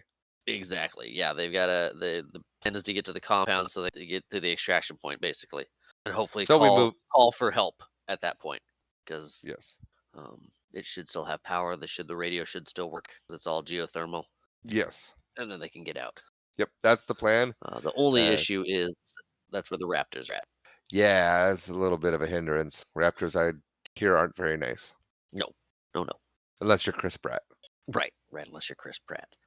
Sarah also mentions that the Rexes might be a problem if they still consider them a threat. And Dr. Burke's like, no, no, we're leaving their territory. Everything should be fine. They won't follow us anymore. And Sarah's like, I think you're wrong, but okay. Yeah. Anyway, we move out, and then I do like what they did here, where we start getting people pairing off. Good guys, A team and B team pairing off, Yeah, and so we get to see the humanity of the bad guys, yeah, yeah. We get to and see them on a different level. and maybe not all of them are so bad. Yeah, Just got their priorities mixed up, yeah, which is good. I mean, I like that kind of thing. And then we get kind of a travel montage. It's not really much of a montage. But it is one. It shows them going through the forests and Another mini Taj. yeah, mini Taj. There you go. But now we're at break time, and we get Dieter. Yep. He is like, I gotta go shake the dew off the lily. I was gonna say relieve himself. Either one's fine. They're both Yeah, cute. sure. And he's like, Uh, "Hey, Carter, don't leave without me, all right? I'm just going over yonder." you remember And Carter's name? Carter's funny. And Carter's got his headphones on, They say Carter's and name a lot too. he's got nothing. No idea. Yeah, Which yeah. He's like, "Hey, Carter, I'll be back in a minute. If it just, I'll be. Hang on." don't leave And without me. yep. And Hey, Carter's like, "You know what? I'm in the middle of a jungle on an island with a bunch of dinosaurs. I should probably put some headphones on so where I can't hear anything around me." yeah, yeah. It doesn't seem like a good idea, but he's just sitting there rocking out to his music. Yeah, he gets his later. Anyway, Jeez, he gets his. Dieter runs into some more compies. He And does. he's like, "I brought my cattle prod." And it's like, "Why did you bring that hobby defense?" In case he ran I into mean, some you're running compies. off the in case you ran into something. I mean, you're in a forest full of dinosaurs. You're on an island full of dinosaurs. Ah, T-Rex. No, I mean, you hope it's not a T-Rex, and that hopefully it's something that the cattle prod will work against. Yeah, in the forest, I'm not worried so much about T-Rexes. Really? You could not as much. I mean, when there's a bunch of trees around and whatnot. Just knock Yeah. them over. Okay, now I'm worried about them. Thanks. You're welcome. Got to put the right fear behind the T-Rex. Anyway, instead of taking care of business, he sees a compy and then chases it and gets turned around. Yeah. Yeah, Uh, he's like, I'm gonna mess up that little dinosaur. yeah, like what does he got against little dinosaurs? But then he gets turned around. This guy's just a jerk. Yeah, and he's yelling for Carter, and Carter's got his headphones on. And then if he and then did, he what? if he didn't have his headphones on, they show us Carter could have heard him. Carter would have heard him, Yep. but he didn't check to make sure Carter heard him walk off. Nope. Nope. He just said something and walked away. Yep. But then we get Dieter, and he falls down a hill, and it reminded me of Black Sheep. A little bit, yeah. And then the compies swarm. Yeah. Yeah. They're like, remember this guy? Get him. They know this guy, and they are mad at this guy, and so they start chewing on him. Yeah. The company's like, And that's the guy. That's the guy that did it. he gets free, and he starts walking off, and they start chasing him, and then he stops, and they stop, and he turns around and looks at him, and they look at him, and then he chases them, and they scamper off. And compies are adorable. They did make them adorable. Um, Anyway, break time's over. It's time to go. Someone goes and gets Carter. it's like, hey, Carter. He's like, they smack him because he's just sitting there bopping out. He's like, oh, Yeah, okay. He takes his he little throws a headphones out. stick at him, and he's like, "Hey, let's go." And he's like, "Oh, right." Let's go. Thanks for letting me know. That would have been So weird they if no one didn't come get me. yeah. So they get back to it, and we go back to Dieter running from the compies, Yeah. and Uh, huh, I was gonna say one thing we forgot to mention is Dieter's kind of like second in charge to Roland. not for He got long. left it he got left in for hunting the Rex, and that's when he got back. He's like, "That's the last time I leave you in charge," Yeah, because the Nick thing happened. right, right. But yeah, so these compies are mercilessly hunting this guy down. Yeah, they want him dead. They do. They are no longer scavengers. They are hunters. Yeah, they're like, "Hey, you remember seeing those raptors? Let's do what they do. Get him." Yeah, and so like they're chasing him down. He trips and falls, and they lunge on him, and because oh, they have venom, They do have a bit of venom in them. Yeah, and so all the bites have been venomizing Dieter, yeah, yeah, which has been slowing him and staggering him, yeah. It kind of gives you euphoria for the way the book describes it. right? And so Just he, kind of makes you not care anymore and drift off, and then the at least company's it's a happy. good one. Yeah, You're just kind of all happy and not peaceful. not the evisceration that the raptors do. Yeah, it's like oh, I'm getting eaten alive. This is pleasant. It's fine. It's fine. Look, they're dinosaurs. They are adorable. Yeah, and Anyway, then he's still getting away. He hops over a log, and we just get a sea of compies, and they finish him off. yeah, we see Red running through the creek underneath the log that he jumped over, and you're like, oh, poor Dieter. Not once did I think that. Yeah, no, good. Little jerk. I didn't think that either, but it was just like, Oh, "Okay, okay. Compy's got him." It's Yep, like, it's a thing that happened, but that Carter's gonna get happens. his. You know what? Dieter gets his. Go Compies.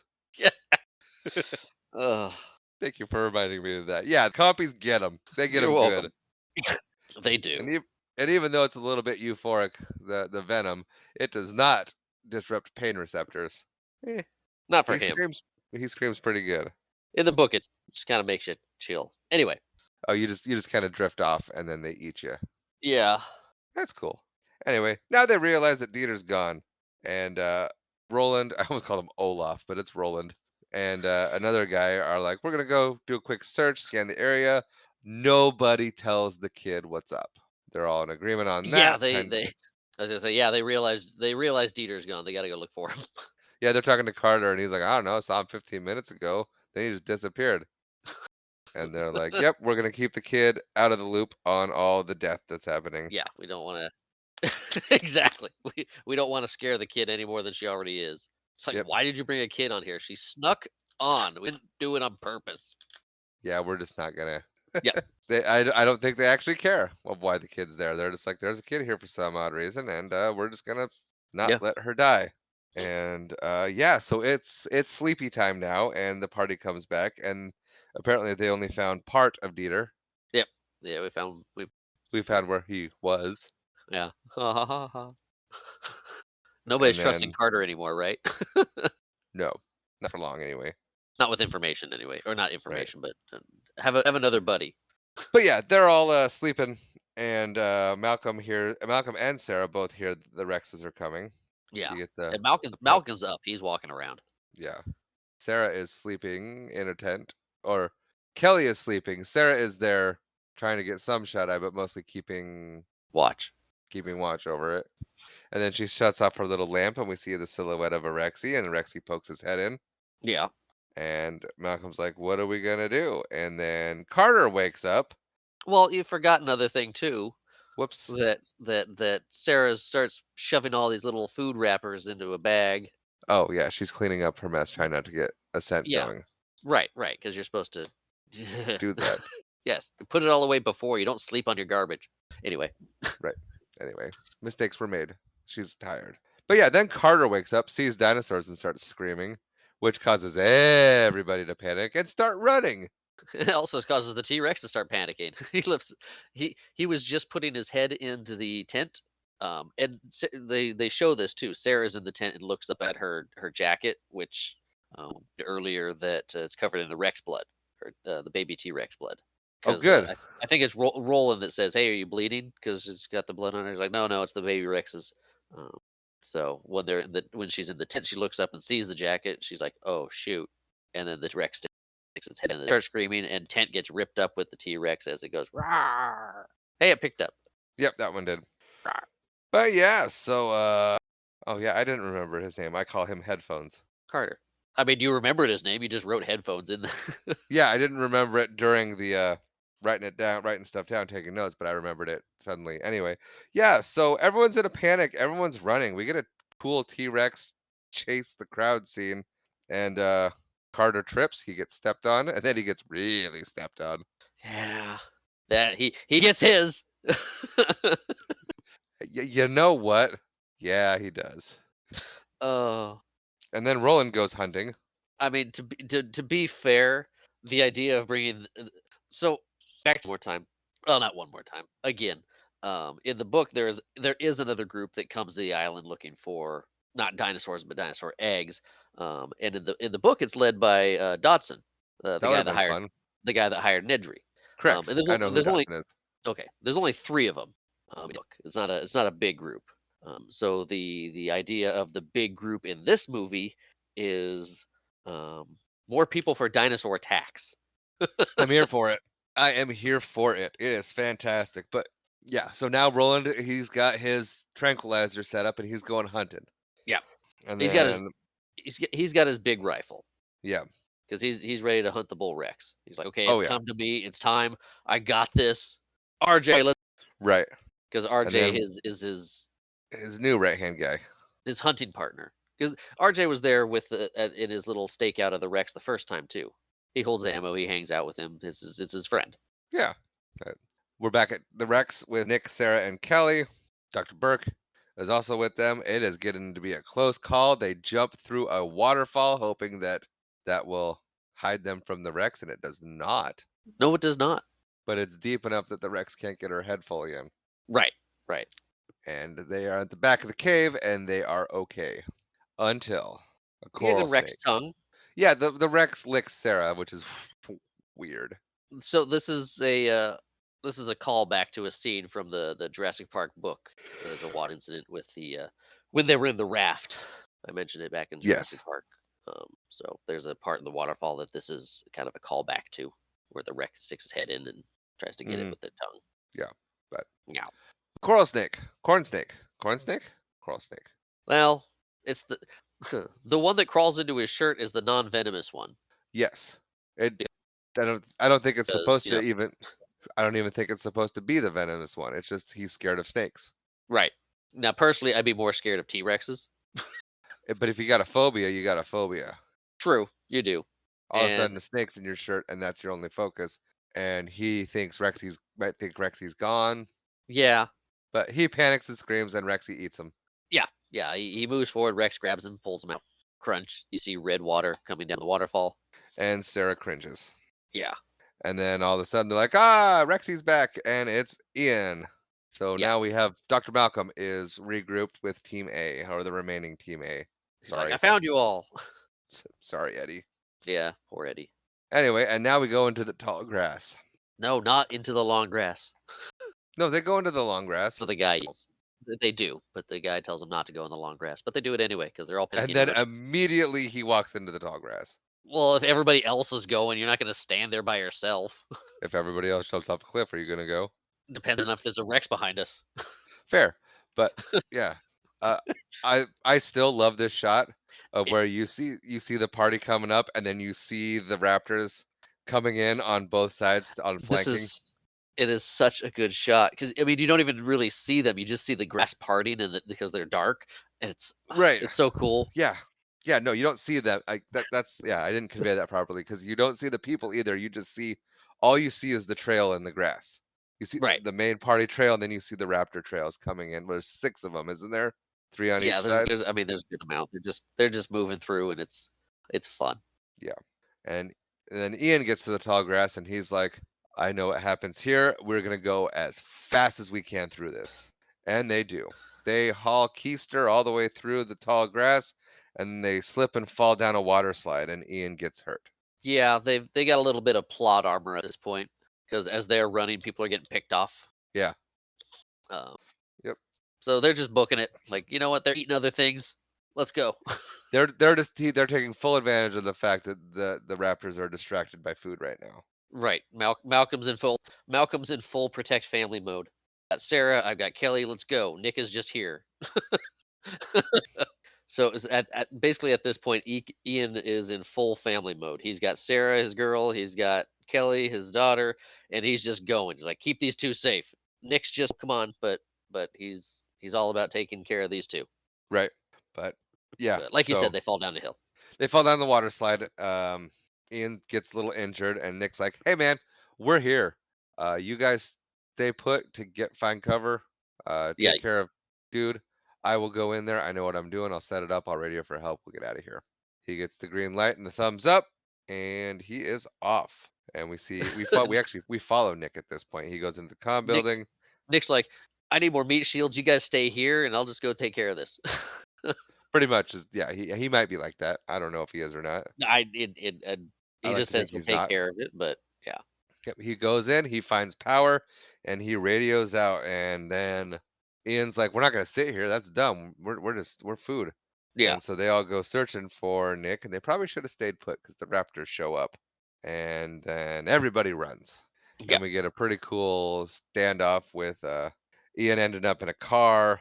Uh, the Sarah and Kelly are in a building, but the Raptors have them cornered, and the Raptor's tunneling, and they're like, "Well, I guess we have to see if we can tunnel faster than that Raptor, because Raptors are super smart." yeah. And they do. The two tunnel There's faster. there's a couple things here that I enjoy, and Yes. it's I think it's funny. The back and forth that Malcolm does with the raptor in the building, where he runs through the door and closes it behind him, and the raptor goes through the window. So he goes back out the door. The raptor jumps the window again, and so when he goes back in, he pulls the door off, and the raptor knocks him through the window. And as Ian's running, the raptor goes through the other window that's not broken and breaking that window too. It's just a bunch of back and forth breaking the windows. And then at one point, he puts the door between him and the raptor, and it confuses the raptor. Well, yeah, and then he kicks the door and that knocks Ian out the back window.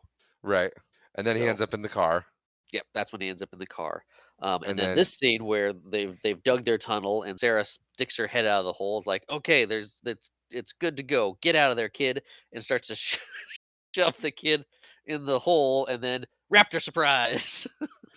which yeah, that was fun. I mean, raptors are fast.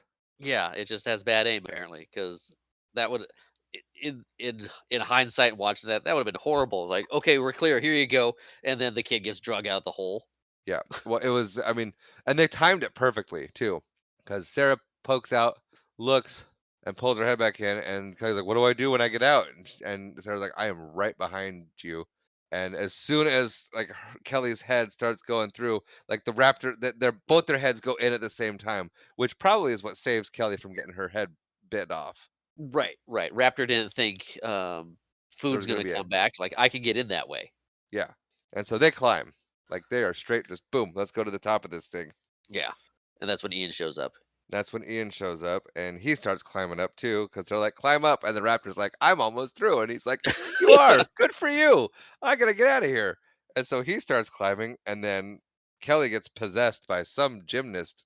Well, that was she got scrubbed from the team because Malcolm was like, "Hey, you've got your stuff here. That's you'll be fine. You got gymnastics to do while I'm gone." And she's like, I got cut from the team. Come on, pay attention. I'm your daughter." Yeah. But yeah, she gets in the gymnast zone. So, yeah, so that's her backstory. She's Yep. a gymnast. And so she jumps on a pipe, puts a lot of faith in this thing. Sarah's like, "What are you doing?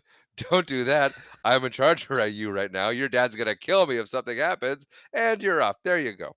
And so she does some really good kicky, flippy, spinny stuff and launches Raptor out of the building. Yeah, yeah. She's just- as she's spinning, she's like, "Hey, you!" And the raptor looks like, "What?" Like, "Oh, me?" It's just the fact that that food made a sound. There was a sound over there. Food was inches in front of the raptor, and then all of a sudden to the left, "Hey, you!" Raptor's like, "I'm not gonna eat this guy anymore. What's over there? Huh?" It's like, "Is that a gymnast?" Ah! It's like gets kicked out the Well, window. to be fair, the raptor could be thinking it might be being attacked. It it I it can't eat this thing if I'm food too. it could very well have thought that the call of "Hey, you," or the was an attack coming. So it gets kicked out of the building. Yeah, it gets And kicked out of the building and impaled on a big spike. yeah, at which Rachel went, "Aw." Little I don't raptor like it. sympathy, I guess. You don't like they just don't want them to eat their We don't want him to heroes. die. Exactly. We just want him to not eat the people. Exactly. But yeah, so they get back down to the ground, and Sarah's like, "Go!" Yeah, run. There's more than one raptor. And so they leave. You like how I quoted Spider-Man 2? I do. Okay, cool. And Sarah's like, "I'm gonna go out the roof." So Sarah goes out the roof. Raptor follows, and she's hanging on, which awesome, awesome Yeah, core strength, awesome upper body strength right there. And she starts pulling shingles out, yeah. which leads the raptor to Slide. fall. And then Slide. she fall, but then the raptor falls on another raptor, which angers the raptor, and so she can fall down and get away because the raptors are fighting. Yep. The raptor's like, And "Dude, then why'd you follow me?" and so she runs, and then she falls very conveniently and ends up right where she needs to be. Yeah. And then there's a helicopter, and our heroes make it to the helicopter, and they're like, "Well, wait, there's more." And the guy's like, "That's okay. We have another helicopter coming." And they're like, "That's all I needed to hear." And they hop on. Yeah. Yeah, it was kind of Success. Yeah, not a big grand escape. It's like, oh, the raptors are kind of fighting amongst themselves. Hey, look, there's a helicopter. Get on the helicopter. Let's go. So Yeah, yeah, perfect. yeah, it just happened.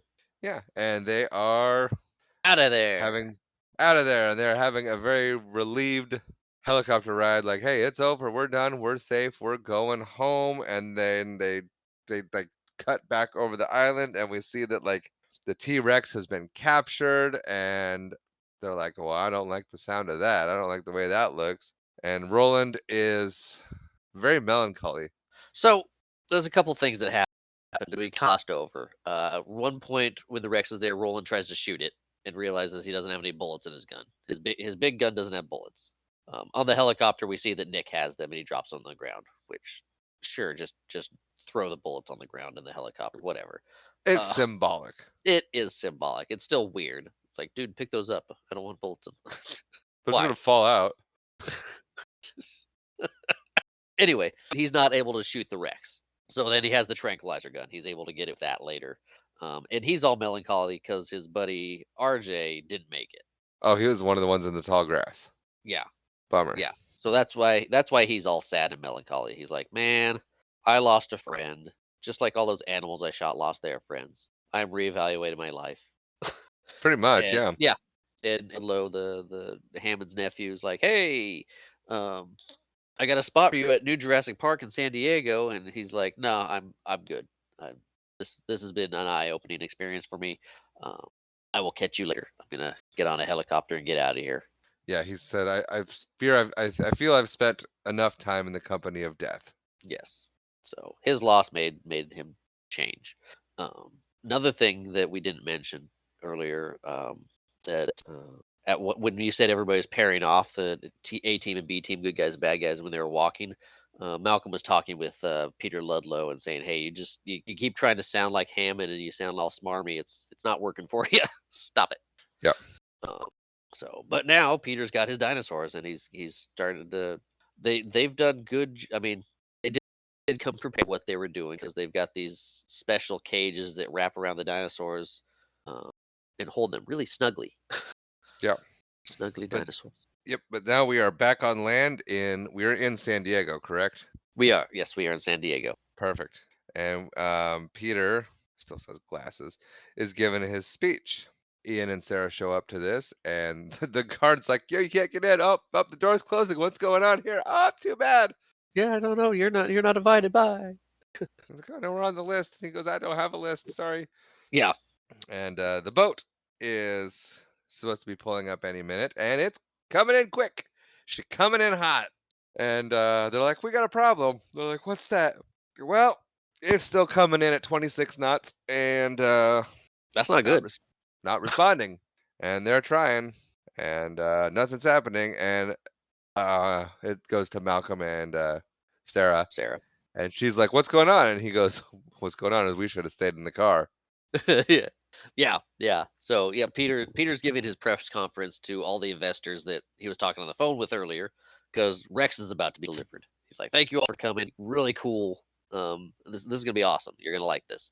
And like he said, Sarah and Malcolm are there, and they have ditched Kelly at some point, probably at Sarah's place. Could be Malcolm's place. Probably. Who knows? Yep. Um, and then No. Pete, Peter's like, "Hey," to one of the guards, "see those two back there?" And he's pointing at Malcolm and Sarah. "I want them to see this. Bring them in here after they just got denied. Right. I want Yeah. them to witness my triumph." And then the Venture slams full force into the dock. It does. And then they search the wreckage, and they find out that the Rex got really spoiled on this trip because they got a free boat ride and a meal. Oh, Yeah. actually, catered boat ride from the island to the mainland. Fun fact: Yes, sir. there was originally raptors on the boat too. That would have been bad. Yes, they took that out, but that's why you see just a dude's arm hanging from the throttle maneuver inside the the the boathouse, the operation house, because the Raptors took him out. Otherwise, Right. how's the team gonna eat the guy and then get in the hold? Where he's trying to get out of the hold now, so it's like they locked the T Rex away, but then the Raptors showed up and dealt with the rest of this crew. Um, no. So they filmed parts of it. They just cut that out of the movie. We can assume they're still there. They hopped off. We're out. You deal with the T Rex. Yeah. But yeah, that's why it had always bothered me before. It's like, why is there an arm inside this thing? Never put that much thought into it. I just assumed they brought back some dinosaurs and, things happened. Yeah, yeah. So, I but yeah, didn't I didn't really need that explained. I get that, but and it was I mean, it's just it was like it was like, how did that happen? Yeah. No, what I assumed yeah, I don't know, was that there were other dinosaurs on there, they ate all the people, and then in their wandering and whatnot, ran into the T-Rex and got themselves eaten. Yeah. 'Kay. 'Cause it was made for the T-Rex to not be able to get out, but for smaller things to be able to get in, and raptors are the right size to go through people places. They are good. They are the right size to go through people places. So that's what I always just assumed. I was always like, "Oh, yep, Okay. total chaos. Rex wins." Didn't bother me a bit, but Anyway, some idiot opens the hatch. sees the controls to the to the hatch like, "What's this?" Boop. Something's trying to get out of there. And Well, it no. opens it. Yeah, and opens it, and guess what? It's a Rex. Yep, it is, and so the Rex is angry. Yeah, people on the dock flee. Yep, and, Rex is we did mad.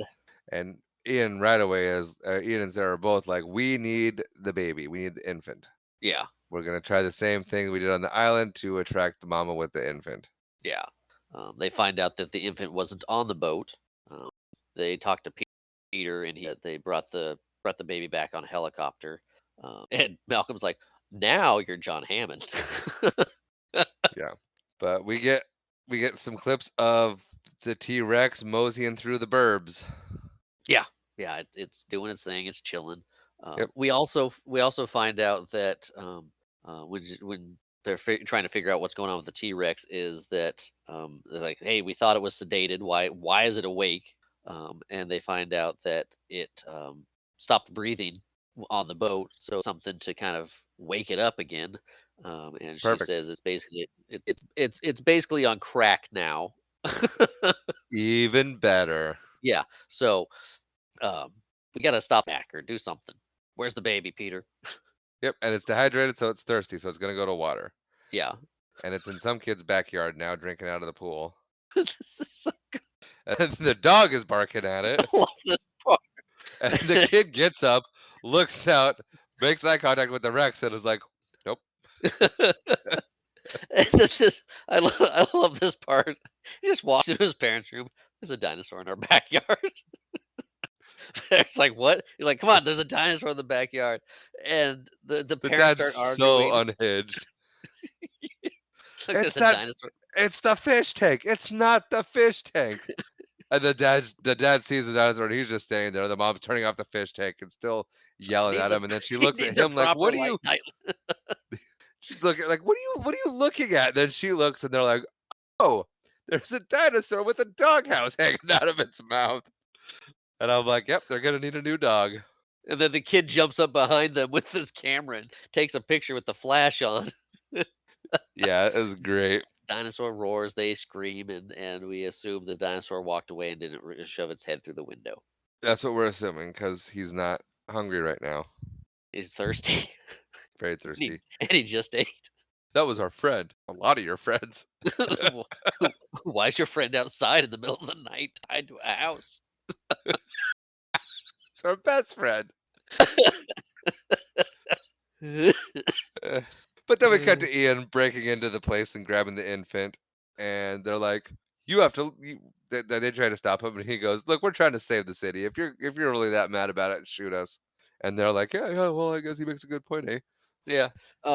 Yeah, watching this part this time is like, man, that's all very convenient how they just roll into this thing right up to where the dinosaur is, grab the baby, throw it in the car, and drive out. It's like, Movie's got a movie, man. at this point, movie's got a movie. I believe this was an add-in at the end. Like we need to have something else go on in so we'll throw this together and have a Yep, dinosaur attack in San Diego. yep. And Sarah's like, "How do we find the dinosaur?" And he's like, "What do you mean, follow the screaming?" And then Yep. we get a montage of following the screaming to the dinosaur. Yep. Yay! It's a We lot get of a fun. we get a lot of screaming, a lot of people running. Poor guy doesn't make it to the video store. No, he doesn't. They had to eat somebody. Yep. They already had the dog. Yep. and then they pull into the gas station. We get the iconic 76 ball rolling. Yeah, it's like, "You think it'll make enough noise? You think you know we're here?" Malcolm's like, "You think it's gonna see us?" And be like, "You." Yeah, it's gonna remember and be like, "I remember it." Yeah, but they're like, "We the "I thought I baby is shoved you off heavily a cliff." sedated." Yeah, the baby's heavily sedated. It ain't making any noise. Malcolm's like, "I want this thing to make noise." And then we see that the Rex smells the baby and looks over, and they're like, "Oh, she knows we're here." And then we get the 76 ball rolling by, and then we get a pursuit. The Yeah, Rex chases the car, and then they're at the dock, like, "The water's just on the other side of this building." And Sarah's like, "Oh, if only there was a way through." And Malcolm's like, "I can make one." yeah, I'm going through it. And so he do. And then they abandon the car. He grabs the Rex and he starts hoofing it. Yeah, They yeah, essentially go back to the boat. They drop off the baby in the Rex hold, and they're being chased by Glasses, Peter. yeah, he's like, "I want my baby Rex back, you jerks," And so he goes down into the hold where the baby Rex is, and he's like, "Oh, haha, success." because he didn't realize what they were doing. He's Not like, a "Where?" clue. He's like, "Where'd you put it?" They sees them come running out of the hold. He's like, "Oh, there you are." And he goes down there. Took it down there and put it behind a cargo net Yes. I don't know why they put it behind the cargo net, but they put to it keep behind it the har down there until the adult gets there. fair. They didn't want And it. so They didn't want to set it down after them. It's like, "I'm a T-Rex." uh, yeah, sure. But then, yeah, so Peter sees the Rex, and the Rex sees the Peter, and Rex does not like this guy at all, and he's scared of him. But then Mommy shows up behind, Yeah, and Peter's like, "Oh no, no, no, no, no, no, no, no, no, no, no, no, no, no, no, no, no, no," and tries to work his way around. And Rex is like, "This is the perfect time to teach my baby how to hunt." So yeah. he crushes one of Peter's legs and then drops him down. And we get Peter's an like, "Wait, adorable don't you moment know who I am?" where mommy's like, "All right, Junior, kill the thing." And Junior looks back, he's like, "Oh, yeah." Oh yeah. And you see him shake his little self all happy. Yep. It's like, And "I'm going into hunting mode." Jump. that's the end of that guy. He gets his too. Ha ha. Yeah, yeah. And And then then we see Malcolm at the controls. Sarah's got the tranquilizer dart. right, because they're gonna shoot the big Rex Yeah, that's what and the kill Peter it. was saying, "I don't care, shoot it, just give me the baby Rex back. He We just can wants deal the with that." infant Yeah, because that we can make that work. yeah, deal with the threat of the big Rex. And Sarah pops her shot off first and causing the Rex to go to sleep and drop down out of range of the lethal shot that was about to come from the helicopter as Ian closes the barge up. And then we cut Yeah, to it's CNN. very very nice of the guy in the helicopter to kinda wait on his shot. I think he did it on purpose. It's like, "I don't wanna kill a dinosaur." It's scary, but that thing's cool. "Oh, Yeah. look, it's in the hole, I don't have to do anything." Yep. Oh, looks like the tranquilizer got off first. That's fine. That's fine. That's okay. Yeah, it's good. We're good, we're good. Do we have contact with Peter? No. Yeah. Mr. Ludlow? But then we cut to CNN and they're reporting on the Rex going home, and the Rex is getting a very big escort to make sure that nothing happens like last time. Yeah, yeah. We get Malcolm, Sarah, and Kelly all hanging out on the couch watching CNN. Sarah and Malcolm are asleep at this point. Kelly's watching by Yes, herself. Kelly's watching. And then it cuts to an interview with John Hammond, Yes. and he is talking about how life will find a way. Malcolm's like, "That's my line."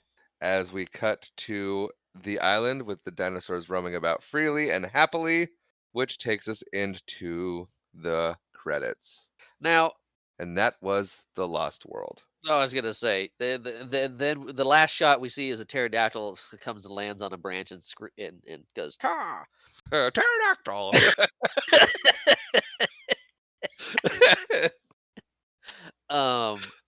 I've never liked the inclusion of the pterodactyls Why? in this because if they're trying to keep them on this island, they can fly and let it loose. No, they're territorial. That's fine. They won't go venture past the island. They're gonna migrate. Like, "Well, I'm No, out that's of fine. here." No, it's fine. In Jurassic Park 3 on Isla Sorna, there is an aviary that has the pterodactyls trapped in it. Um, so they can't get off the island. But these ones are just free roaming pterodactyls. You see a small one off in the distance. They're flying all over the place. We've never seen them. We didn't see them throughout the entire movie. Now here they are at the end. Sure. But if they don't know anything beyond how far do they venture? I mean, they're out in the middle of the Pacific Ocean. There's nothing but water around them. I'm sure they'd ventured out for quite a while before they're like, maybe there's nothing else out here. We have There's other a chain of islands I was gonna say other it's than the chain of islands. I But mean, they're once you go not past far it, off the coast of Costa Rica, just a few hours on boat. shut up. That just that was a weird thing to me, like, why are they loose? They shouldn't be there. Well, what if that's not what if there is the aviary because it's the same island? Yeah. So maybe the aviary is there and they just didn't touch on it in this movie. Yeah, Pterodactyls, but what does that mean? How is that working? Who w cares? e Like ex pterodactyls are exact but cool. I mean, this is the middle of the field where the T-Rexes are teaching their young to hunt again, and you've got dinosaurs in the background, the pterodactyl comes down right there in the middle of all of it, and like, "Caw!" Fine. That was Marshall, just that was just for me. fair. Let's hear your final thoughts. I have fun with this movie. It's not it definitely it's not as good as Jurassic Park. It's a fun just action dinosaur movie. I wish we had gotten a better adaptation of the book to Mhm. movie. Um, but I still enjoy it. I have fond memories of it growing up. I mean, I watched the movie way before I read the book. So Malcolm, yay, dinosaurs. I was all excited. And I think maybe some of that nostalgia carries me through it, but it's still a fun time. I mean, I can pick it apart and dissect it now because I've seen more, know things more, and read the books. Um, but I, I I I like this movie. Um, there's plot holes, of course, but it didn't hit the same as Jurassic Park, the original. Just kind of that awe and wonder, and this is new and crazy. It was a good comparison too is the Alien and Aliens. Alien was this dark thriller that was unlike anything had people seen before with the effects they did. And then when they get to Aliens, the sequel, it was like more aliens, more blood, more attack, and that's kind of what they went with this. Jurassic Park had this awe-inspiring feel to it, and then like, well, we need to up it and do more, and it's good, but it didn't, you know, I don't know if I conveyed that right, but I enjoy it. Go. Yeah. Am I next? No, you're next. Okay, go.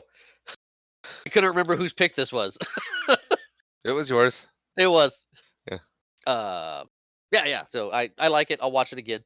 Um, there's definitely in the 7 Jurassic movies, it's by no means near the bottom. It's one of the better ones. So, That's reassuring. yeah. Okay, you're up. Okay. So, I remember at the end of last episode, I had said that of Jurassic Park and The Lost World, that this was my favorite Oh yeah, you growing did. up. It still is. Yeah. Jurassic Park is by far a better movie, but I enjoy this one more. I I understand that. I it's I like I said, Jurassic Park is a perfect movie, Yes. and if it's not a perfect movie, it's almost a perfect movie. There Agreed. might be like a thing or two that was like, oh, that would have been fun to add, but not Yeah. necessary. This one, yeah, there's plot holes. Yeah, there's some things that you can pick apart with it. I think I enjoy it more that it moves faster than Jurassic Park does because It, it's a full send dinosaur action movie. It's right. fast paced. Like I said, there's 50% more dinosaur action. Yeah, and it's just like it feels like it's one speed throughout the whole thing, where Jurassic Park kinda has this up and down of, like, we're doing some this, we're introducing this, we're introducing a world a whole lot more, which, don't get me wrong, like, I love Jurassic Park, I'm not bashing the first one in any way, but for some reason, The Lost World is just more my jam. Yeah. Nostalgia, I guess nostalgia also helped with it, but it was like I was right back in it. I loved it just as much as I did as a kid. I was excited. I was here for it, and yep, no, awesome. I had a Yeah. great time with this. Thanks for picking it. Oh, you're welcome. Yeah, like I said, it's a fun movie. Like Mm, Jurassic Park's definitely a better movie. yeah, But it's you watch it, you enjoy it. Guys doing dinosaur stuff, and it doesn't feel stupid like other stuff in the yeah. Jurassic series later. It's got a great plot. Like pretty everything about it makes sense and it works, but there are a few moments of movies got a movie that you can pick apart. Yeah. But No, if you're not coming at it with a critical eye, everything is acceptable. yeah, I Where get you can that. just be like, "Yeah, no, that's fine." Like, I'm not really gonna look into that one. I'll take that at face value. Why not? Yeah. There's nothing in it particularly where you see it and you're just like, "Oh, come on, really?" I And I mean the think dinosaur petting, but Not even no, because like, even that, I'm just like Ye he explains it, he's like, "She's always got" like, a thing of hers, like, she wants to preserve everything as much as possible, but, like, the inner child in her just takes over, and she's like, "I gotta see." yeah, yeah, but I I mean, know, I know, that's the one part where you can, yeah. but I forgive it. But, yeah, I think that's gonna take care of our final thoughts. I think so So too. so now on to what's next. Yeah, it's your choice. And as we close out season 3, it No, was don't say that yet. We each still have 3 picks. and as we're getting to close out we're closing out Okay. season 3, we have 3 picks left each, that's closing it out. That's 6 As we're movies. getting as we're getting ready to close out season 3, I think it's Okay. time we start closing out some series, and some trilogies, and some sagas, and some stuff. That's probably a good idea. So since you forced me to watch your favorite of this trilogy, I am now going to go into my favorite of this trilogy. And for those of you who remember, you'll know exactly what he's talking about. Yes. Do you remember what I'm talking about? Yub nub. What? I said yub nub. What is that? That's the Ewok song. Ah, so perfect. Yes, we are going to do Return of the Jedi. Yes, I remembered. Perfect. That's great. I'm glad you did. That is awesome. I I did not know was the name of the Ewok song, but yeah, yeah, we'll close out the original trilogy. That's fantastic. I'm excited to do that one. Yeah, it's actually I think it's been a little while since I watched Return of the Jedi. It's been a minute for me too, but it has always been my favorite of the original trilogy Well, and let's see if Marshall's it's least favorite of the original trilogy. yes, but it's not like I hate it. It's I enjoy the whole trilogy, and it's Empire Strikes Back, Star Wars, Return of the Jedi. And mine is Return of the Jedi, Star Wars, Empire Strikes Back. Right, but it's not like I'm bummed to see Return of the Jedi. It's like, oh yay, more Star Wars. Yeah. No, it's great. Anyway, so we're not talking about it yet, so let's stop. Yeah, Put a yeah. put a I pin was in this for now. We'll return I next was time. trying to think of a good example, but I mean, I like Indiana Jones. You're like, "Yay, Indiana Jones 1, Temple of Doom," and then, Last Crusade again. Yay! It's more of a oh, not for you, but Yeah. yeah. Anyway, on that note, we want to say thank you to everyone who joined us for this episode. If you could hit that subscribe or follow button, that will help you be aware when we drop a new episode, and it helps us get out to a wider audience. If you'd like to reach out to us, you can do so. WatchItBroPodcast@gmail.com. We are on the X, formerly known as Twitter, at WatchItBroPod, Facebook and Instagram under that same handle. Our intro and outro music is provided by my lovely wife, that intro being Blue, that outro being Orlando. And as always, thank you for watching.